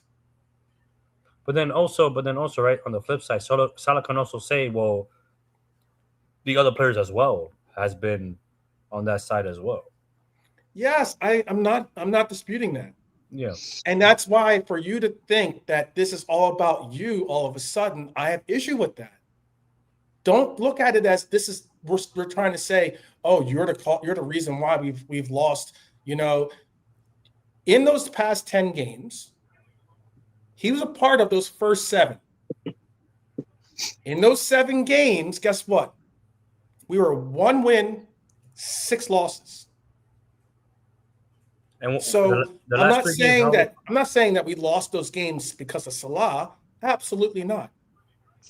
But what I am saying is that you were a part of those losses. So don't act as though, oh, the team isn't that much better without me. I'm not saying that What's the record in the don't last need three? Salah. 12. What's the last record in the record in the last 3 games? Last 3 games is That he hasn't started. 1 win, 2 draws in the games he hasn't started. That's not bad though, right? That's actually pretty decent compared to the last 7, I guess. Yeah, exactly. Yeah, one beating them 3. It's an improvement upon It's an improvement We're going upon to do a run. yeah, 1 win and what? Hey, we're on fire. 6 losses. Listen, man. Hey, the roll goes on. You know, I mean, like Bring you it could up, say come on, yourself, you could say to yourself, you were a part of the first time we've lost back-to-back games 3-0. And then we go in the very next game that we sit you in and we win 2-0. Wait, I think you said something earlier. Was it you, Nante, that said Gakpo this season's been statistically better than Salah? Is that true? Yeah. Cody has been statistically better, yes. Yeah. He's had more of a goal threat and assists than Mo this season. Oh, But I was saying that in the terms of, if you look at it, it's not saying much, but yes. Yeah. Yeah. But yeah, which I don't mind. I agree, like Cody should be, but look at it, people saying, "Oh, Cody should be dropped," but he's been more effective than Mo. Again, I'm just comparing to the two. Yeah, dude. That and so if it's Mo vice versa, Mo the other way around, people are saying, "Well, you know what, Mo is." But look, I think at the end of the day is like I said, like people again there is, and then like I said, Jamie Carragher's right. Carragher. Now whether you like him or disagree, he said at some point, and again, this is what I'm saying. You can't win. Like the senior players, the Robos, people like that. He said Mo sometimes need to front it up because what Mo does, he's very tactical when he chooses to speak. Remember the clock thing. If I speak, there's fire. There's fire. Yeah, I know the contract. Oh, but this and that. Oh, but it's not my fault. He's very tactical, Mo. That's He's the tactical. thing. Yeah, this is right. Listen, Cristiano Ronaldo is like an arrogant piece of crap, and he's very, if he spits his tummy out, me. But Mo, he's tactical. He does these sly little things, but people don't notice it because it's Mo. And this but that. He's very tactical. Sometimes it's not the right way to go about it. You're meant to be the lead, one of the senior figures, as Carragher said. But and now you're going. Sorry, No, I'm a bit confused because like, and this is just me thinking, right? And we're thinking here as adults, and it's like, how old is Salah? Like 33, 34? He's 33 years old. 33. Yeah, 33. Yeah. Isn't it just logical to think that you wasn't going to play every game going forward? I think if I was Salah, I would think that it would be a blessing to not have to play every game going like forward. I won't like, and this is the thing where I think Slot does lack communication skills, and I think that's the reason why. If there's turmoil, I think that's the reason why, because you can easily sit Salah down and be like, "Hey, man, your age." Because if you want to bring up stats or heat maps, you can do that as well. You're not tracking back when you're on when you're not scoring or assisting. You're not tracking back. So we're playing. It's like we're playing with one less man. You're this age. I would much rather have you on the bench and have you come on and create an impact in 20 minutes than have you 80 minutes not doing nothing or 70 minutes not doing nothing. Yeah, you can sell. You can sell that to you can sell that to a player. Well, obviously, be more respectfully than I did, but you can do that or whatever. But we're unfortunately seeing this is what happened with Henderson. To be honest with you, I'm not saying Henderson is the same as Salah. Don't get it twisted. The one where Klopp told him, "Oh, you're not going to be playing that much anymore." Yeah, you're going to be a squad rotation. Yeah, squad player. Yep. Just right. Cool. And Hendo was like, "I'm not having that." That's fair enough. See you later. Bye-bye. Thank you. That's part of the reason why that's part of the reason why his transfer was put into motion. Yeah, and Saudi offered good money as well. So all this sort of things. Yeah. But you wanted real quick. I'll tell you in stats wise, and then I'll let you guys keep going on. Stats wise, he's Salah's playing 86 minutes per game to 76 minutes for Cody. So he's playing a lot. He's playing more of the game than Cody plays. We all know Salah, once he's playing, he normally rarely if ever gets subbed off. But when it comes to statistics, They both have 4 goals, but Cody's XG is higher. They both have Salah's missed 3 times as many big chances. Cody's got more assists. He's got more expected assists. You wouldn't think that. You would think it would have probably been from Salah than it would be from Cody. Defensively, though, he's got more interceptions. He's better at tackling. He's got more tackles. Who? Cody. I can't see that though. I think that stat is lying because when I'm watching him, yeah, I know. I'm just reading you the stats. But for me, I'm reading you the stats. That's all I'm doing. He is the tallest, smallest person I know on the field. He's got not overwhelmingly incredible stats comparatively speaking, but he does have doubled the number of doubled their percentage of interceptions. He has 3 times the amount of tackles that he puts in. The only thing defensively that Salah beats him at is he's dribbled past less times than Cody is. But clearances, block shots, all in Cody's favor. Successful dribbles, Cody's better at. Ground duels won, Cody's better at. Aerial duels won, Cody's better at. Possession loss, he's better at. The number of times he's fouled, he's been fouled more times than Salah has been fouled this season. Predominantly, the stats are more in Cody's favor. That's the only reason why I brought that up. You asked for stats, that's why. So. Night, Jimmy. Good night. Good night. I'm holding off because we're apparently going to be getting a bomba for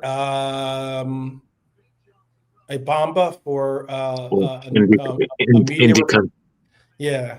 So I know what it's going to be. To be honest with you, I already know what it's going to be. Rusty has sent me something. I don't know who wrote this, but I'm gonna read it out for you guys.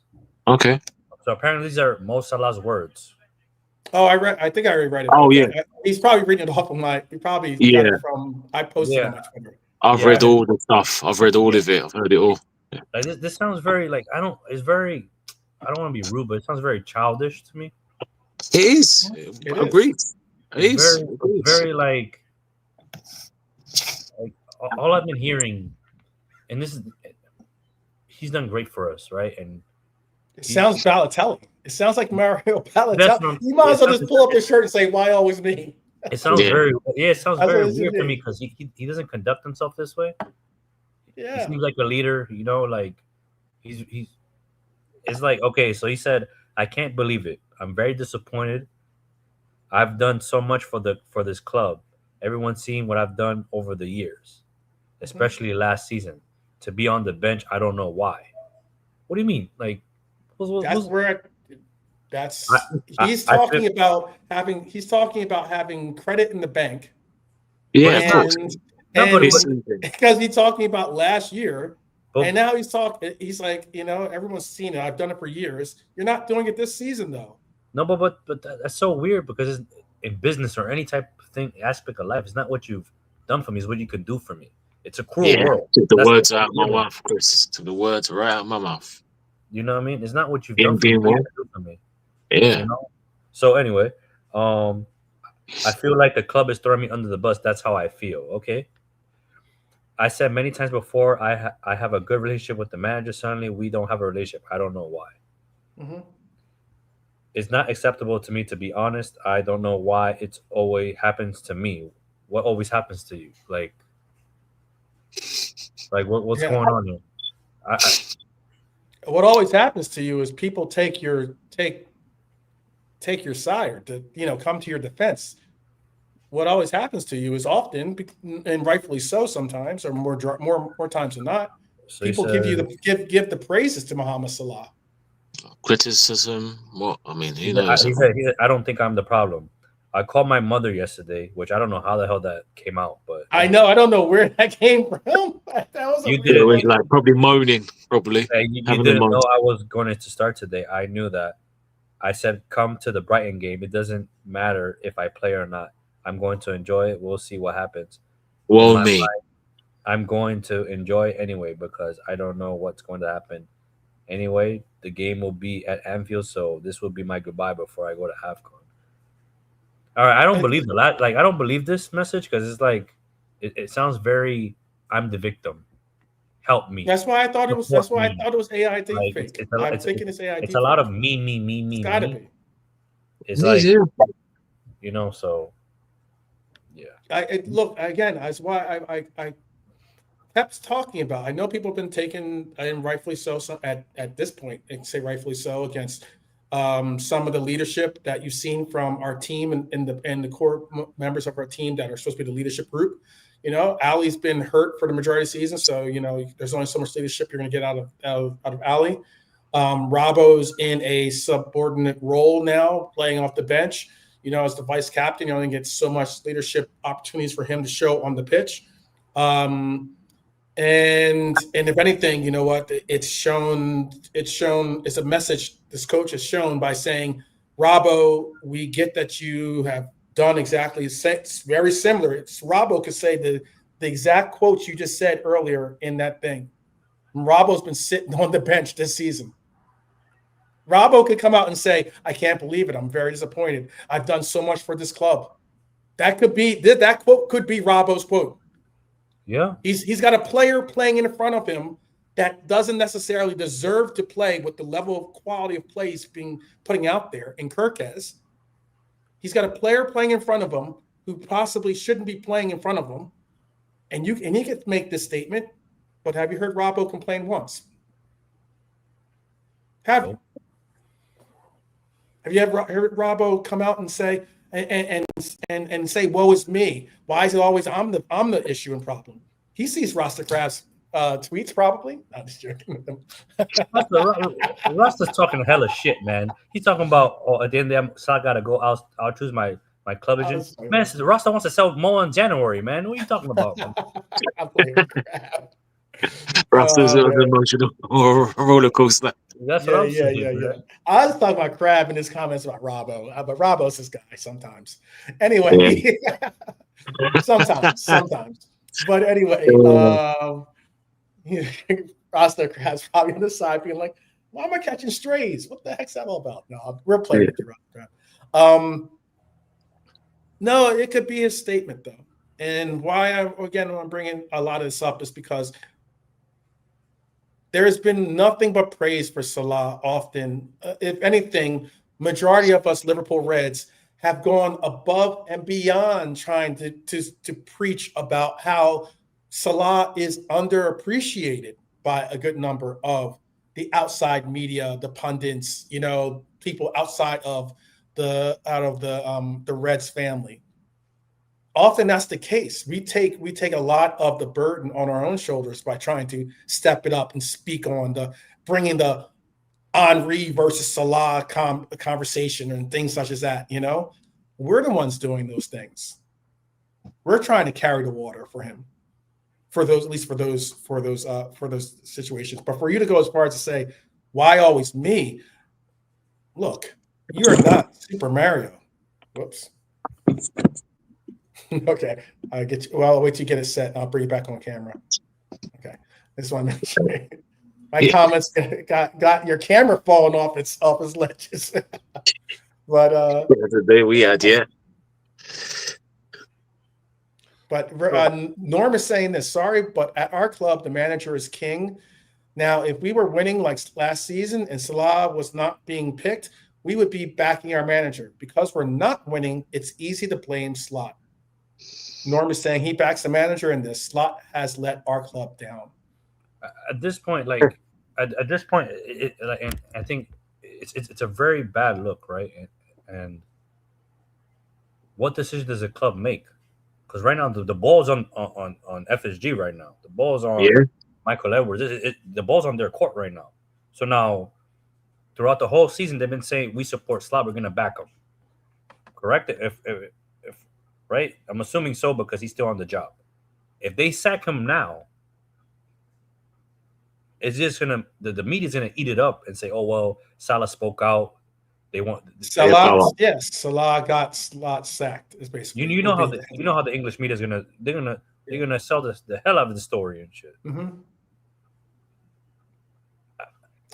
Your guess is as good as mine. I'm gonna say something, but I think if that's the case, you gotta let both of them go because it just creates a circus, in my opinion. You know that's not gonna happen, Chris. You know. Yeah, I know it's not gonna happen, but at the end of the day, it's just we're not a messy club, but right now it's messy. Yeah, this is just more gas on the fire right now. Exactly, this is what we need. Yeah, so now it's just every game is scrutiny now. Everything is in what Mo does next. If Mo goes out of his house, what's going on? So now, and it's like, okay, we don't know what the plan was for Salah. Was he gonna start on Tuesday against Inter? Rightly so, maybe, because what I mean? He's been benched for 3 games. Champions League game, you're gonna need him. Like, so what is he doing? Is Slot now forced to play Salah now every game now? Because, you know what I mean? Like we're just such in a bad place right now that I'm really worried about results now because December is going to be a hectic month. Do we qualify? 12. Do we qualify if we lose against Inter Milan? Do we qualify for the next round? No. If we lose, no. No, we have to be in the top 8, Chris. But if we don't make the top 8, then we're in the playoffs. If we lose, will we be in? We won't be in the relegation spots, but we'll be definitely dropping down closer towards. Probably won't finish top 8. In the playoffs. Currently, we're in the playoffs now, I believe. Yeah, we won't finish top 8. Can you find out for me? Because we have 2 more Champions League games, correct? Right, 2 more Champions League games left. Oh, it's 3, isn't it? No, there's 3 games. Oh, it's 3. 3, yeah. Because if it's January, innit? It's the last. It's weird. I hate this format. I really can't stand this format. But anyway. Yeah, we have 3 games left. Because we play Karabag, but at this moment, Karabag could probably rise. They're doing a madness too. They're doing a madness. Yeah. Inter, Marseille, and Karabag, innit? I think those are the 3 games. Currently, we sit in 13th place. With 9 points now. So 3 points off 8. So basically, we would be. It depends on what the teams in the bottom part of this league thing. This Champions League thing is set up that we're most likely going to make the playoffs. You have to have a catastrophic fall to not make the playoffs. Talkman, on a business standpoint, right? Do you think they sack him because of the placement of the Champions League, because of the funds? I'm assuming the higher you go up in polls, the more money you get, right? No, because we'll make it to the playoffs. But what is a difference? If you want to talk about money, you do make more money accounted by the wins. You make money from winning in even the group stage right here or in the league stage here. You make money by wins. So for every win you make like a certain amount, a couple $1 million or something like that, and that makes a difference. The reason why that Champions League run was so profitable for us, despite not making it to the finals, which would have been obviously completely the wins in the group, we won 7 games in that group stage, and that was something like close to, I think, like 14, 15, maybe 16 million, something like that.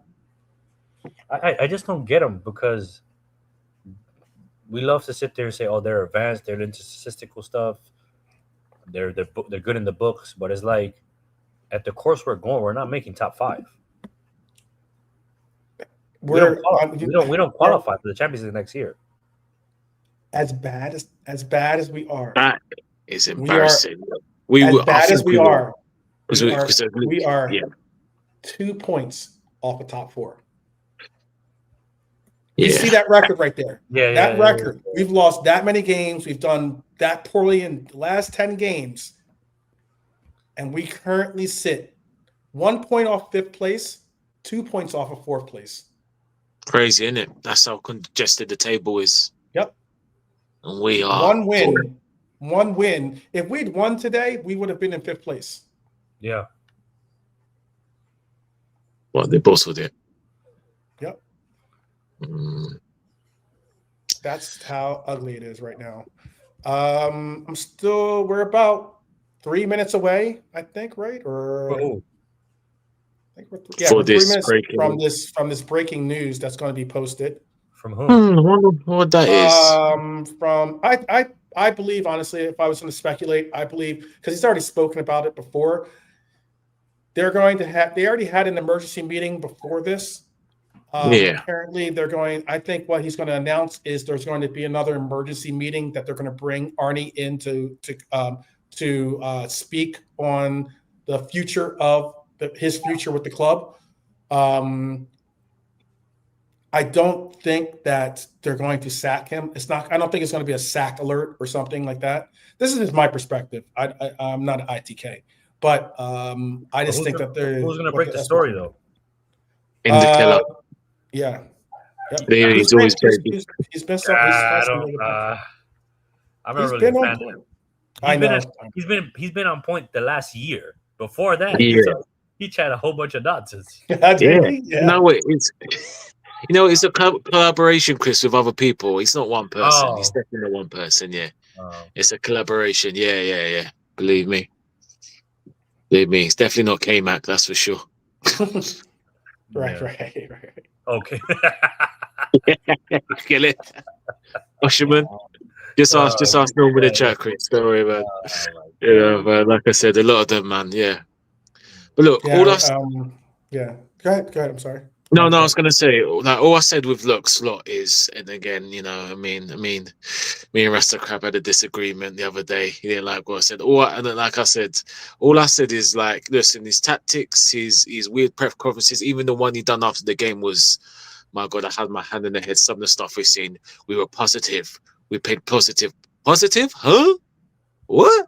Yeah, positive? His comments were horrible. Yeah, it is horrible. I mean, I can't, like, even me, like I said, I've been level-headed, but it's just for best. He's just too toxic now. Now this thing, he just needs to go.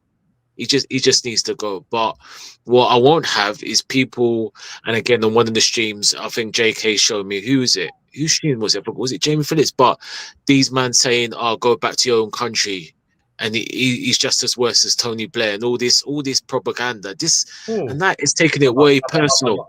About Slot? That's Slot. Yeah. Go back to your own country. Go back to Holland and all that. I'm sorry that. I will cuss any person for that. I'm not having that. Like, you can want him out for xenophobia. That's some xenophobia. Yeah, football reasons and stuff like that. This is what I'm seeing, and this is why I'm seeing.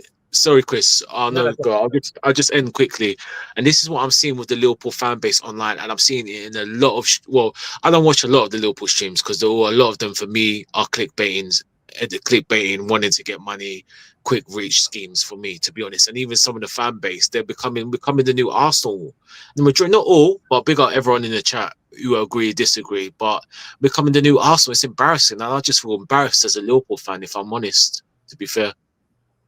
Yeah, like I don't know, that's a bit too far. Like I've said some crazy stuff. I probably been clipped up on YouTube the past couple of years. I've said some ridiculous stuff. Yeah, I clipped you up, motherfucker. It just dropped, by the way. But exclusive. Exclusive. like, that I'm waiting for. Oh, I'm sorry. I just wanted to. No, you're good. But like, that people have been waiting for. Mo Salah has not, and I repeat, he has not asked to leave the club. Is that it? Emergency, but there's more. But there is an emergency meeting scheduled for tomorrow. LFC could make statement after tonight's events. Slot not involved in Salah saga. It's apparently Edwards and Hughes want to maximize the sale of Salah, and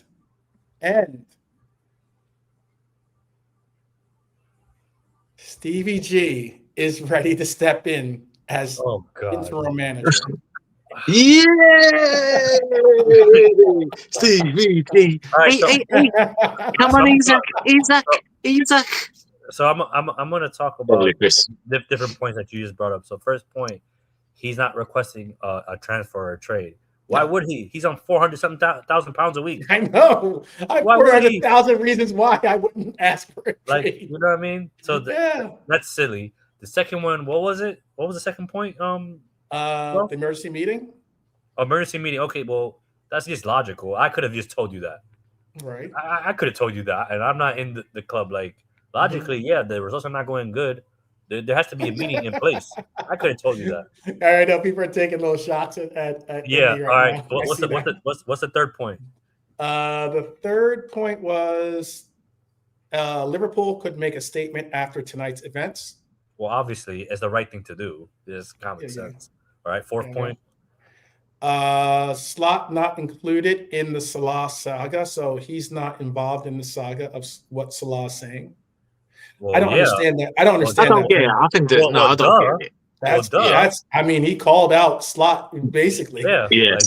Like, You don't speak to me no more. Yeah. It's two sides to every story. I mean, what's the next FSG, point? they're not benching you. They're not the ones putting you on the bench. Slot is. What's the next point? Edwards and Hughes want to maximize the sale of Salah. All right, but what's wrong at that point? It's like, we've all known Saudi wants him from day one. We've all known this. Yeah, 120 mil. Like, you know what I mean? Like, okay, this is not exclusive news. What's the next point? 12. The final point in this was that Stevie G, Jesus Christ, that's the one. Oh, ready to step in as temporary manager. Nah, Stevie G. I'm not okay with this one. I don't know how you guys feel about it, but I'm not okay with this one. Stevie G. I'll tell you this. You know, as much as I've been saying about the 90% mental, 10% physical thing, you know, like you all know that quote, or it's something like that, right?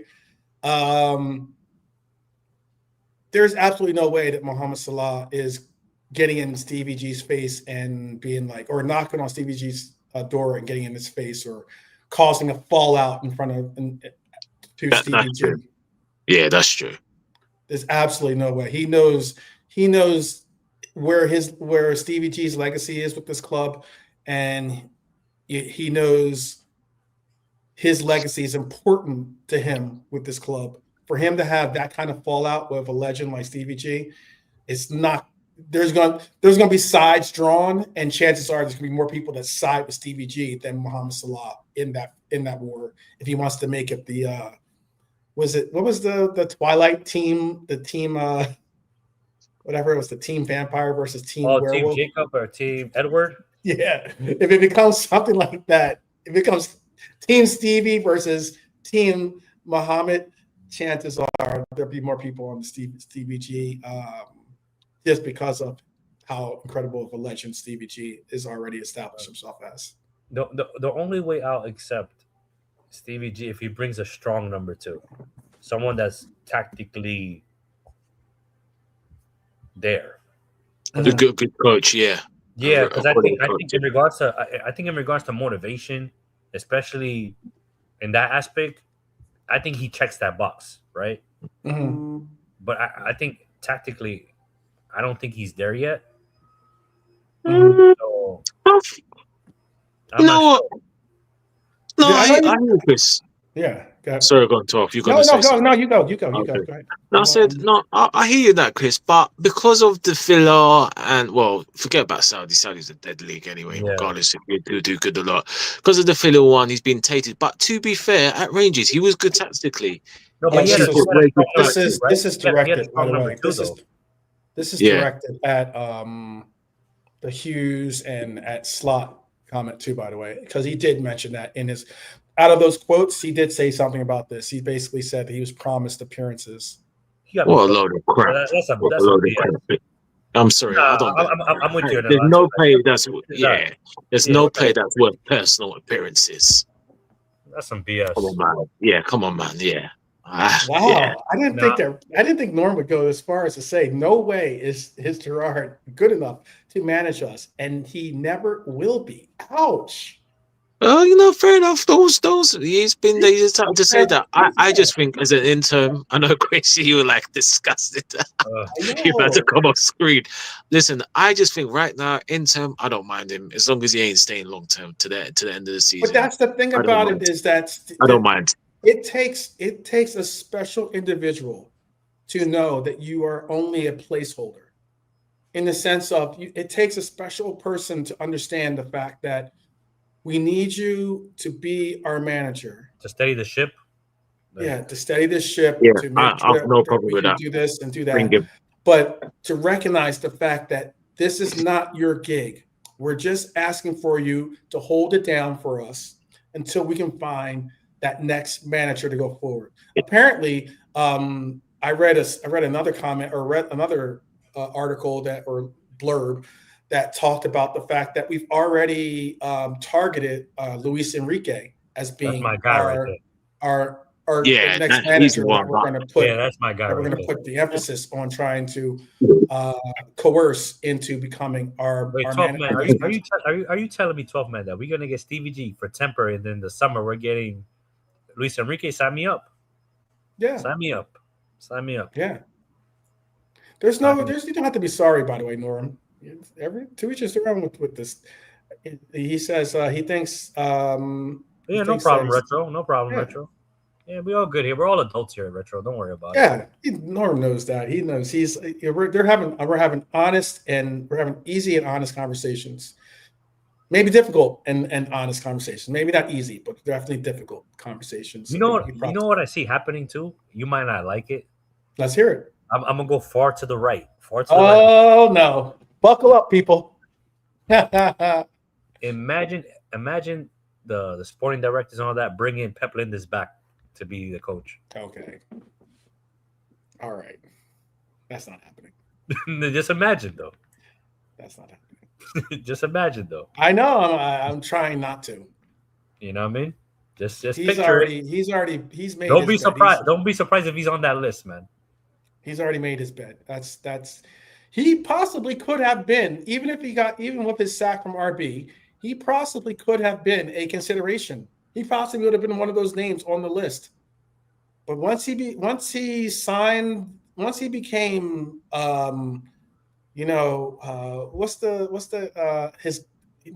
Manchester City's golem, isn't that the guy from Lord of the Rings? Yeah. Yes, my precious. Once he became that for City of being like and having his Pep is his precious, heck no. Pep Linders can you see the quote that Song just put up on 4K. I got a lot of promises in the summer, but so far I've been benching 3 games, so I can't say they kept the promises. Like that sounds very like diva-ish, 12th man. I don't know if the right word for it, but it's like what? That's the reason why he made the comment. Songs 4K made the comment about he was promised his appearance. You guys don't think he was promised appearances, but he was. I think going into this season, considering his age and considering that eventually we're going to have to make this evolution from the reliance of Salah being the main guy. I think that it was emphasized to him, or it was underlined to him, that his role would remain the same. That he would be that guy that is called upon in the majority of games. That he would be getting starts. But He wouldn't be playing a platoon role. This is hilarious. Right, 12. Let's say, for example, we do bring in Stephen G as the temp, and he doesn't start Salah. Then what? Then what is he going to say now? But that's the reason why you do bring in Stevie G. Because right now, if you do want to keep Salah, and you want to be able to, have him sit the bench or do whatever, Salah and Stevie G are going to have a conversation. And if he thinks that he's going to win a PR battle against Steven Gerrard, good luck to you. Good luck to you. That's not about. That's just like you might as well. It'd be like it'd be as self-damning as as the small but futile attempt that Mane made when he went at Klopp for a little bit. It's just not going to happen. Just makes no damn sense. Yeah, and that's what it means, Retro. So Salah, no matter how poor you have been, you will continue to play. He says, "Get real, Salah," and that's what that comment. When I saw that comment, I couldn't wrap my brain around it to hear someone say that everyone knows about my play. I'm paraphrasing, but everyone knows about my play last season. Everyone knows about my play, everything I've given to this club. For me to be on the bench is unheard of. And I'm like, what do you mean? Every player that's not playing good enough should be on the bench. I think, though, what has been very selective with this coach, Chris, is that this coach has been very selective in siding with certain players and allowing for them to play despite their form. But this is the weird thing, right? And we've had this conversation even last season, or even during the Klopp era, where I sat there and said, I don't like this buddy care bear relationship he has with these players. Like friendship, like what was the quote? I prefer friendships over whatever winning or whatever and stuff. And I despise that. I'm like, wait, what are we doing here? And I thought him Slot coming in and not having an emotional attachment to certain players would help or keep the players like straight or like in line type thing. And it's just weird. Everything is just weird. I don't know what's going on in the background. It's weird, man. It makes no damn sense. Like I get your last season, like last season to this season, it's like night and day, 12th man. Like what's going on? Because this is why I emphasize this is why I've been like on this, like, I guess, defense league for Klopp is because there's a difference. I'm not saying that Arne Slot should not get credit for winning us the title. He should. He absolutely should. But to not, it's almost like, you know what? He bought a mansion, or he bought a Ferrari, put in a couple of different, like he put in some new interior in the what do you say? He leased it 12th man? He leased the Ferrari? I'm not going that far. I said he leased the Ferrari. It's his Ferrari. But what he did to it is, he got a new radio, he put some fuzzy dice on the mirror, maybe. He made some tweaks here and there that were substantial enough to allow for this team to have their core components be healthy at the money-making time of the year. But to hear, this is what Tyler Morton had to say. He said, I think he thought I was a good player, but I don't feel the trust was there as much. In my opinion, the limited opportunities were down to trust and not ability. When I got my opportunity in the cup, I felt I played well. I stuck at it, stayed focused, got through to the end of the season, played in the under-21 Euros, which was amazing. He's basically saying, I just put my head down and I just kept playing. I had a few conversations with them, meaning Slot, during the season. A lot of footballers can be bitter about not playing and let their egos get in the way, but I'm not that type of lad. I personally disagreed with the limited amount of game time I got last season, but that was out of my control. I did everything I could. I played for the under-21s when a lot of players wouldn't. I did everything in my power to stay fit and mentally focused for when my time came, and I still got limited opportunities. I just wanted to play. I don't think I was asking too much, even if it was coming off the bench in the Premier League. Anything, to be honest. That's when pure frustration kicked in. He said, I think the PSV game, when I had to keep my head fully, was difficult. It was a dead rubber match. And he's talking about the one that he's talking about last year. We were already going through in the Champions League, and he still didn't start. He said, I understand what happened. I'd agreed to get my shoulder operation a couple of weeks after the PSV game, but I played through the pain for that opportunity to play. Like, he's playing through pain just to get the opportunity to play. And the coach said, I don't care. And why I keep bringing up the Tyler Morton quotes is because Tyler Morton is not simply because of his performances that he's justifying his quotes in the French league currently.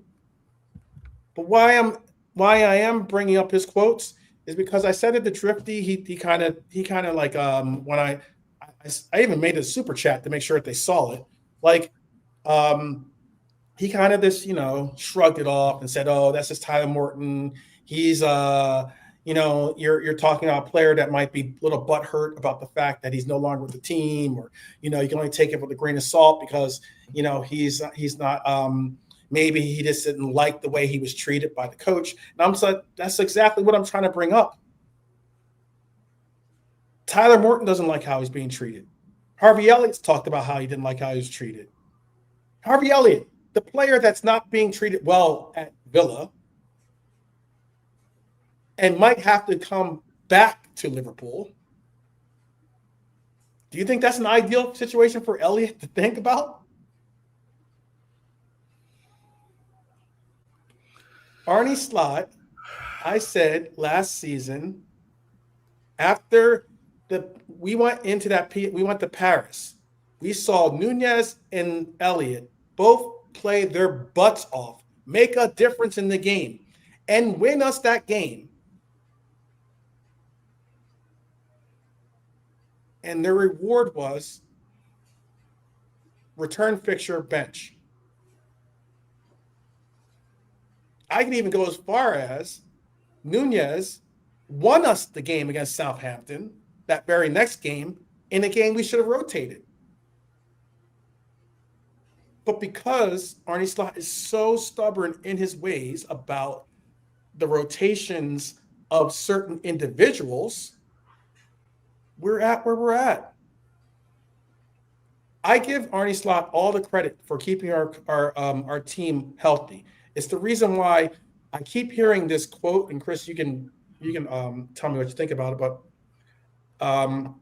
because I did a whole segment about this before, but I keep hearing these people that talked about whenever you bring up that was this is Klopp's team or this was Klopp's team. It's not saying that Slot didn't have a part in tweaking the Ferrari.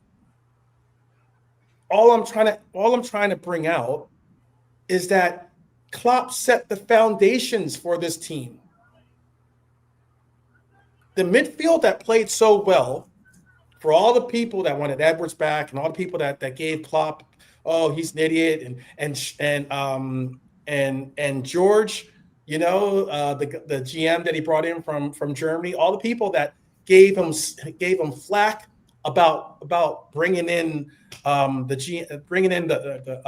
sporting director from Germany, the cigarette guy.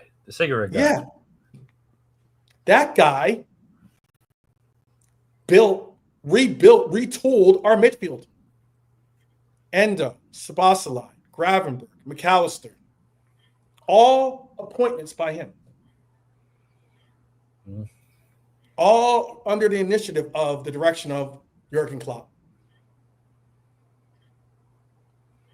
And why I keep getting a little triggered by when I hear that, it's like, I'm not saying that, again, I'm not saying Arne Slot didn't have any role in getting us. Obviously he did. He had an important role. He kept these players healthy. That's important. And I acknowledge that. But to act like Jurgen Klopp's teams weren't in first place when we were going through December and January, not like this year, but like last year. We were in first place in January, the year that we end up in third place at the end of the year. People don't even recognize that the year before that too, like there were terms where we were playing for quads. We were competing for quads. Did we get it? Absolutely no, we didn't. We fell short. And you got to recognize that, and you got to play for what it is. But you got to also recognize that that team had healthy players towards the important runs of that year. It wasn't a Trent Alexander-Arnold coming off an injury. It wasn't a Mohamed Salah coming off an injury. It wasn't a Szoboszlai coming off an injury.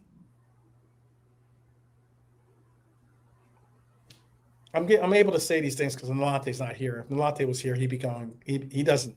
He goes back and forth with me with the Klopp and Slot comparisons and the likes. But I just think that the difference is, though, this team does not trust in Slot the way that they trusted in Klopp. And a good number of these players on this team who might not have even trusted in Klopp, possibly, because they didn't play for Klopp. But a lot of these players, Slot utilized the immensely hardened foundation that Klopp instilled in these players, in my opinion. These players, these mentality monsters, the whole word mentality monsters wasn't created with Slot. It was created with Klopp. So therefore, I'm not trying to make this a Klopp and Slot thing. I'm getting on too much of a tangent. That's what happens with live streams. But yeah, I just there's a difference, and I'm hoping that the mental portion of it is the thing that's missing. I think the mental portion of it, where we can trust, where these players can put some trust in a manager, will reemerge. Where it's not like you're throwing, you're just throwing things up against the wall, because that's what we're doing, Chris. How often, you shouldn't be at a place, Chris, where you see a team lineup and you're just happy to not see Curtis Jones playing right back, or Dominic Szoboszlai playing right back. Yeah, it makes no sense. That should never be something that should. And when you full well know you have a right back in Joe Gomez sitting on the bench. Yeah. It makes no sense, man. It makes no sense. But I got to step out on 12. Yeah. I know. I saw you talking. I appreciate you joining the rants. Yeah. Of course, man. Next time. Till next time. Yeah, till next time. We'll see you. Appreciate you, brother. All right. So let me take Chris down here. All right. Mon frères and mon soeurs. I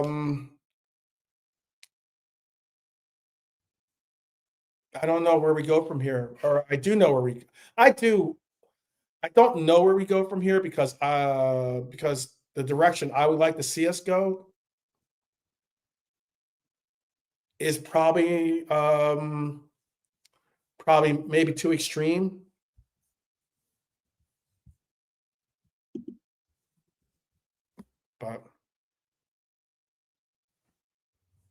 But yeah, we're coming up with a 2.5 hour mark. I'm going to end it at the 2.5. We're about 5 minutes away from 2.5 hour mark. So I'll end it on 2 hours, 30 minutes. We can't do fantasy future. No, we can't do the fantasy future football type stuff. No, Can't do that. The additions of a Mark Gahey or a Schlotterbeck or something like that isn't going to be the cure to whatever is the epidemic we're going through. But I know that I know these players. I know there are players in that locker room that are not happy. I know that there's players in that locker room that didn't sign up for this. I know there's players in that locker room who are going to do what they need to do to make a difference. We're at a crossroads, my Reds. We're at a crossroads. This isn't one bad week. This isn't transition pains anymore. This isn't, oh, we're just transitioning, or, oh, we just got to wait for them to gel and everything will be okay. This is a pattern. An excruciating pattern of the same failures, the same decisions, the same collapses, the same silence from the touchline. We're going to be going up against Inter Milan on Tuesday.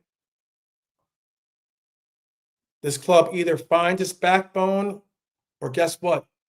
We'll be facing the same result or the same probability in Europe that we're facing currently in England. No more excuses.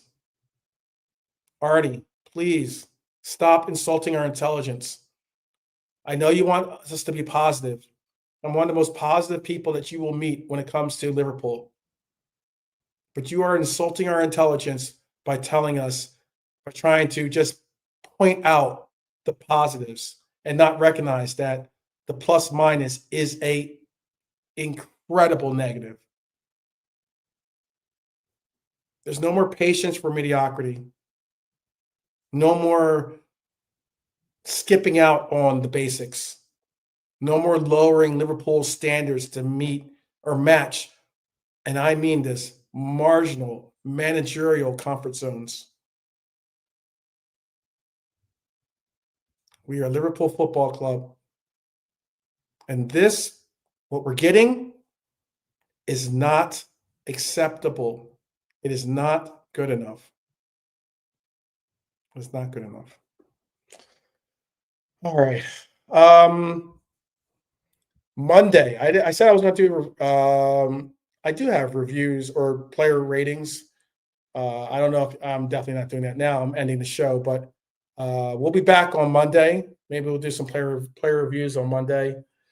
I don't know how much we want to talk about that. There were one or two players that actually, I mean, Ekitike, Szoboszlai, they played their butts off. I'm going to give them credit. But yeah, hold your heads up, Liverpool.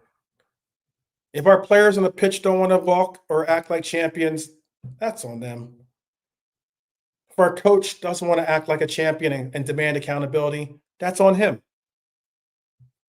But we, as Liverpool fan base, we can not only demand accountability of our team, we can demand accountability for ourselves.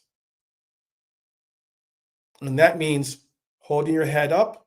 That means supporting each other, having sensible conversations, being respectful, showing class, and being a proper Red. I think we still have that in this culture, in this Reds culture, and I hope that we never lose it. And I don't think any losing streak or anything like this will ever make us not be what we are. So I'm gonna let Lanate say his parting words since he just popped back on, and then I am going to log off. So, Nalante, go ahead. Give your parting words. We're going to be signing off here. So, give your parting words. Cool, no problem. So obviously, big up Chris, big up the chat. Obviously, I had more stuff to say about a family phone call I had to take. So I had to come off. Yeah. Hopefully, you can hold off and save it for tomorrow because we'll talk about Yeah, it. I'll save it. I'll save it.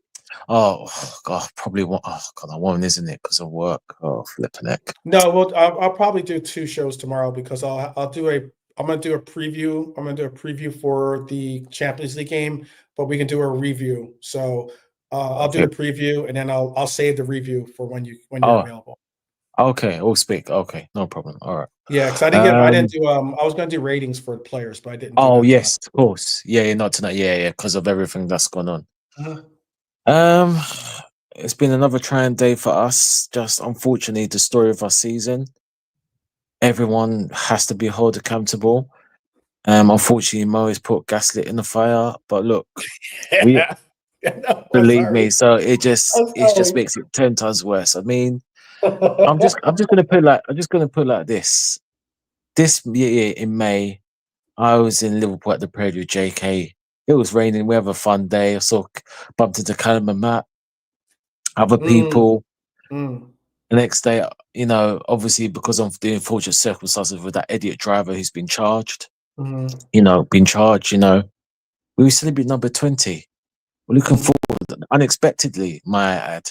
But hey, there's freedom desire, 9 senses for inside of freedom desire.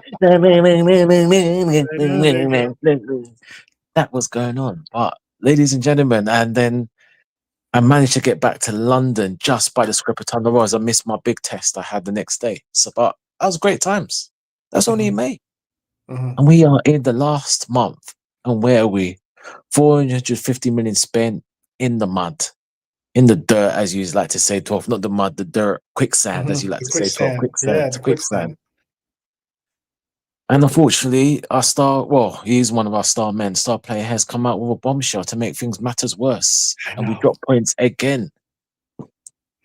Where do we go from here, guys? All we got to do is support the team, and what will be, will be. Whether the manager goes, Mo goes, both go, we are Liverpool FC, and we just keep moving. Yeah, we still remain. See. But what I would say, if the manager goes, Mo goes, and it's not just, and again, a lot of these players have a lot to answer for, and they need to remember who they are and bring to the curb, because at the end of the day, we can't take any much more of this. But I'll leave it on a positive note as a sarcastic tone. I'm beating them free. I'm beating them free. Liverpool FC. I'm beating them free. Good night. Good night, people. Good night. Oh man.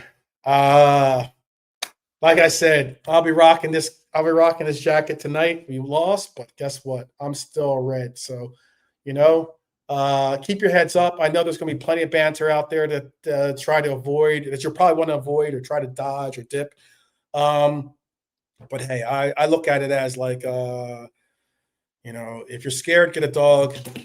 I am here as a red always. I am a champion, and that's how we go. So like Bougie Bonton, I will say peace up the Reds as always. And walk like a champion, talk like a champion. And we will see you tomorrow. Take care, guys. We'll see you.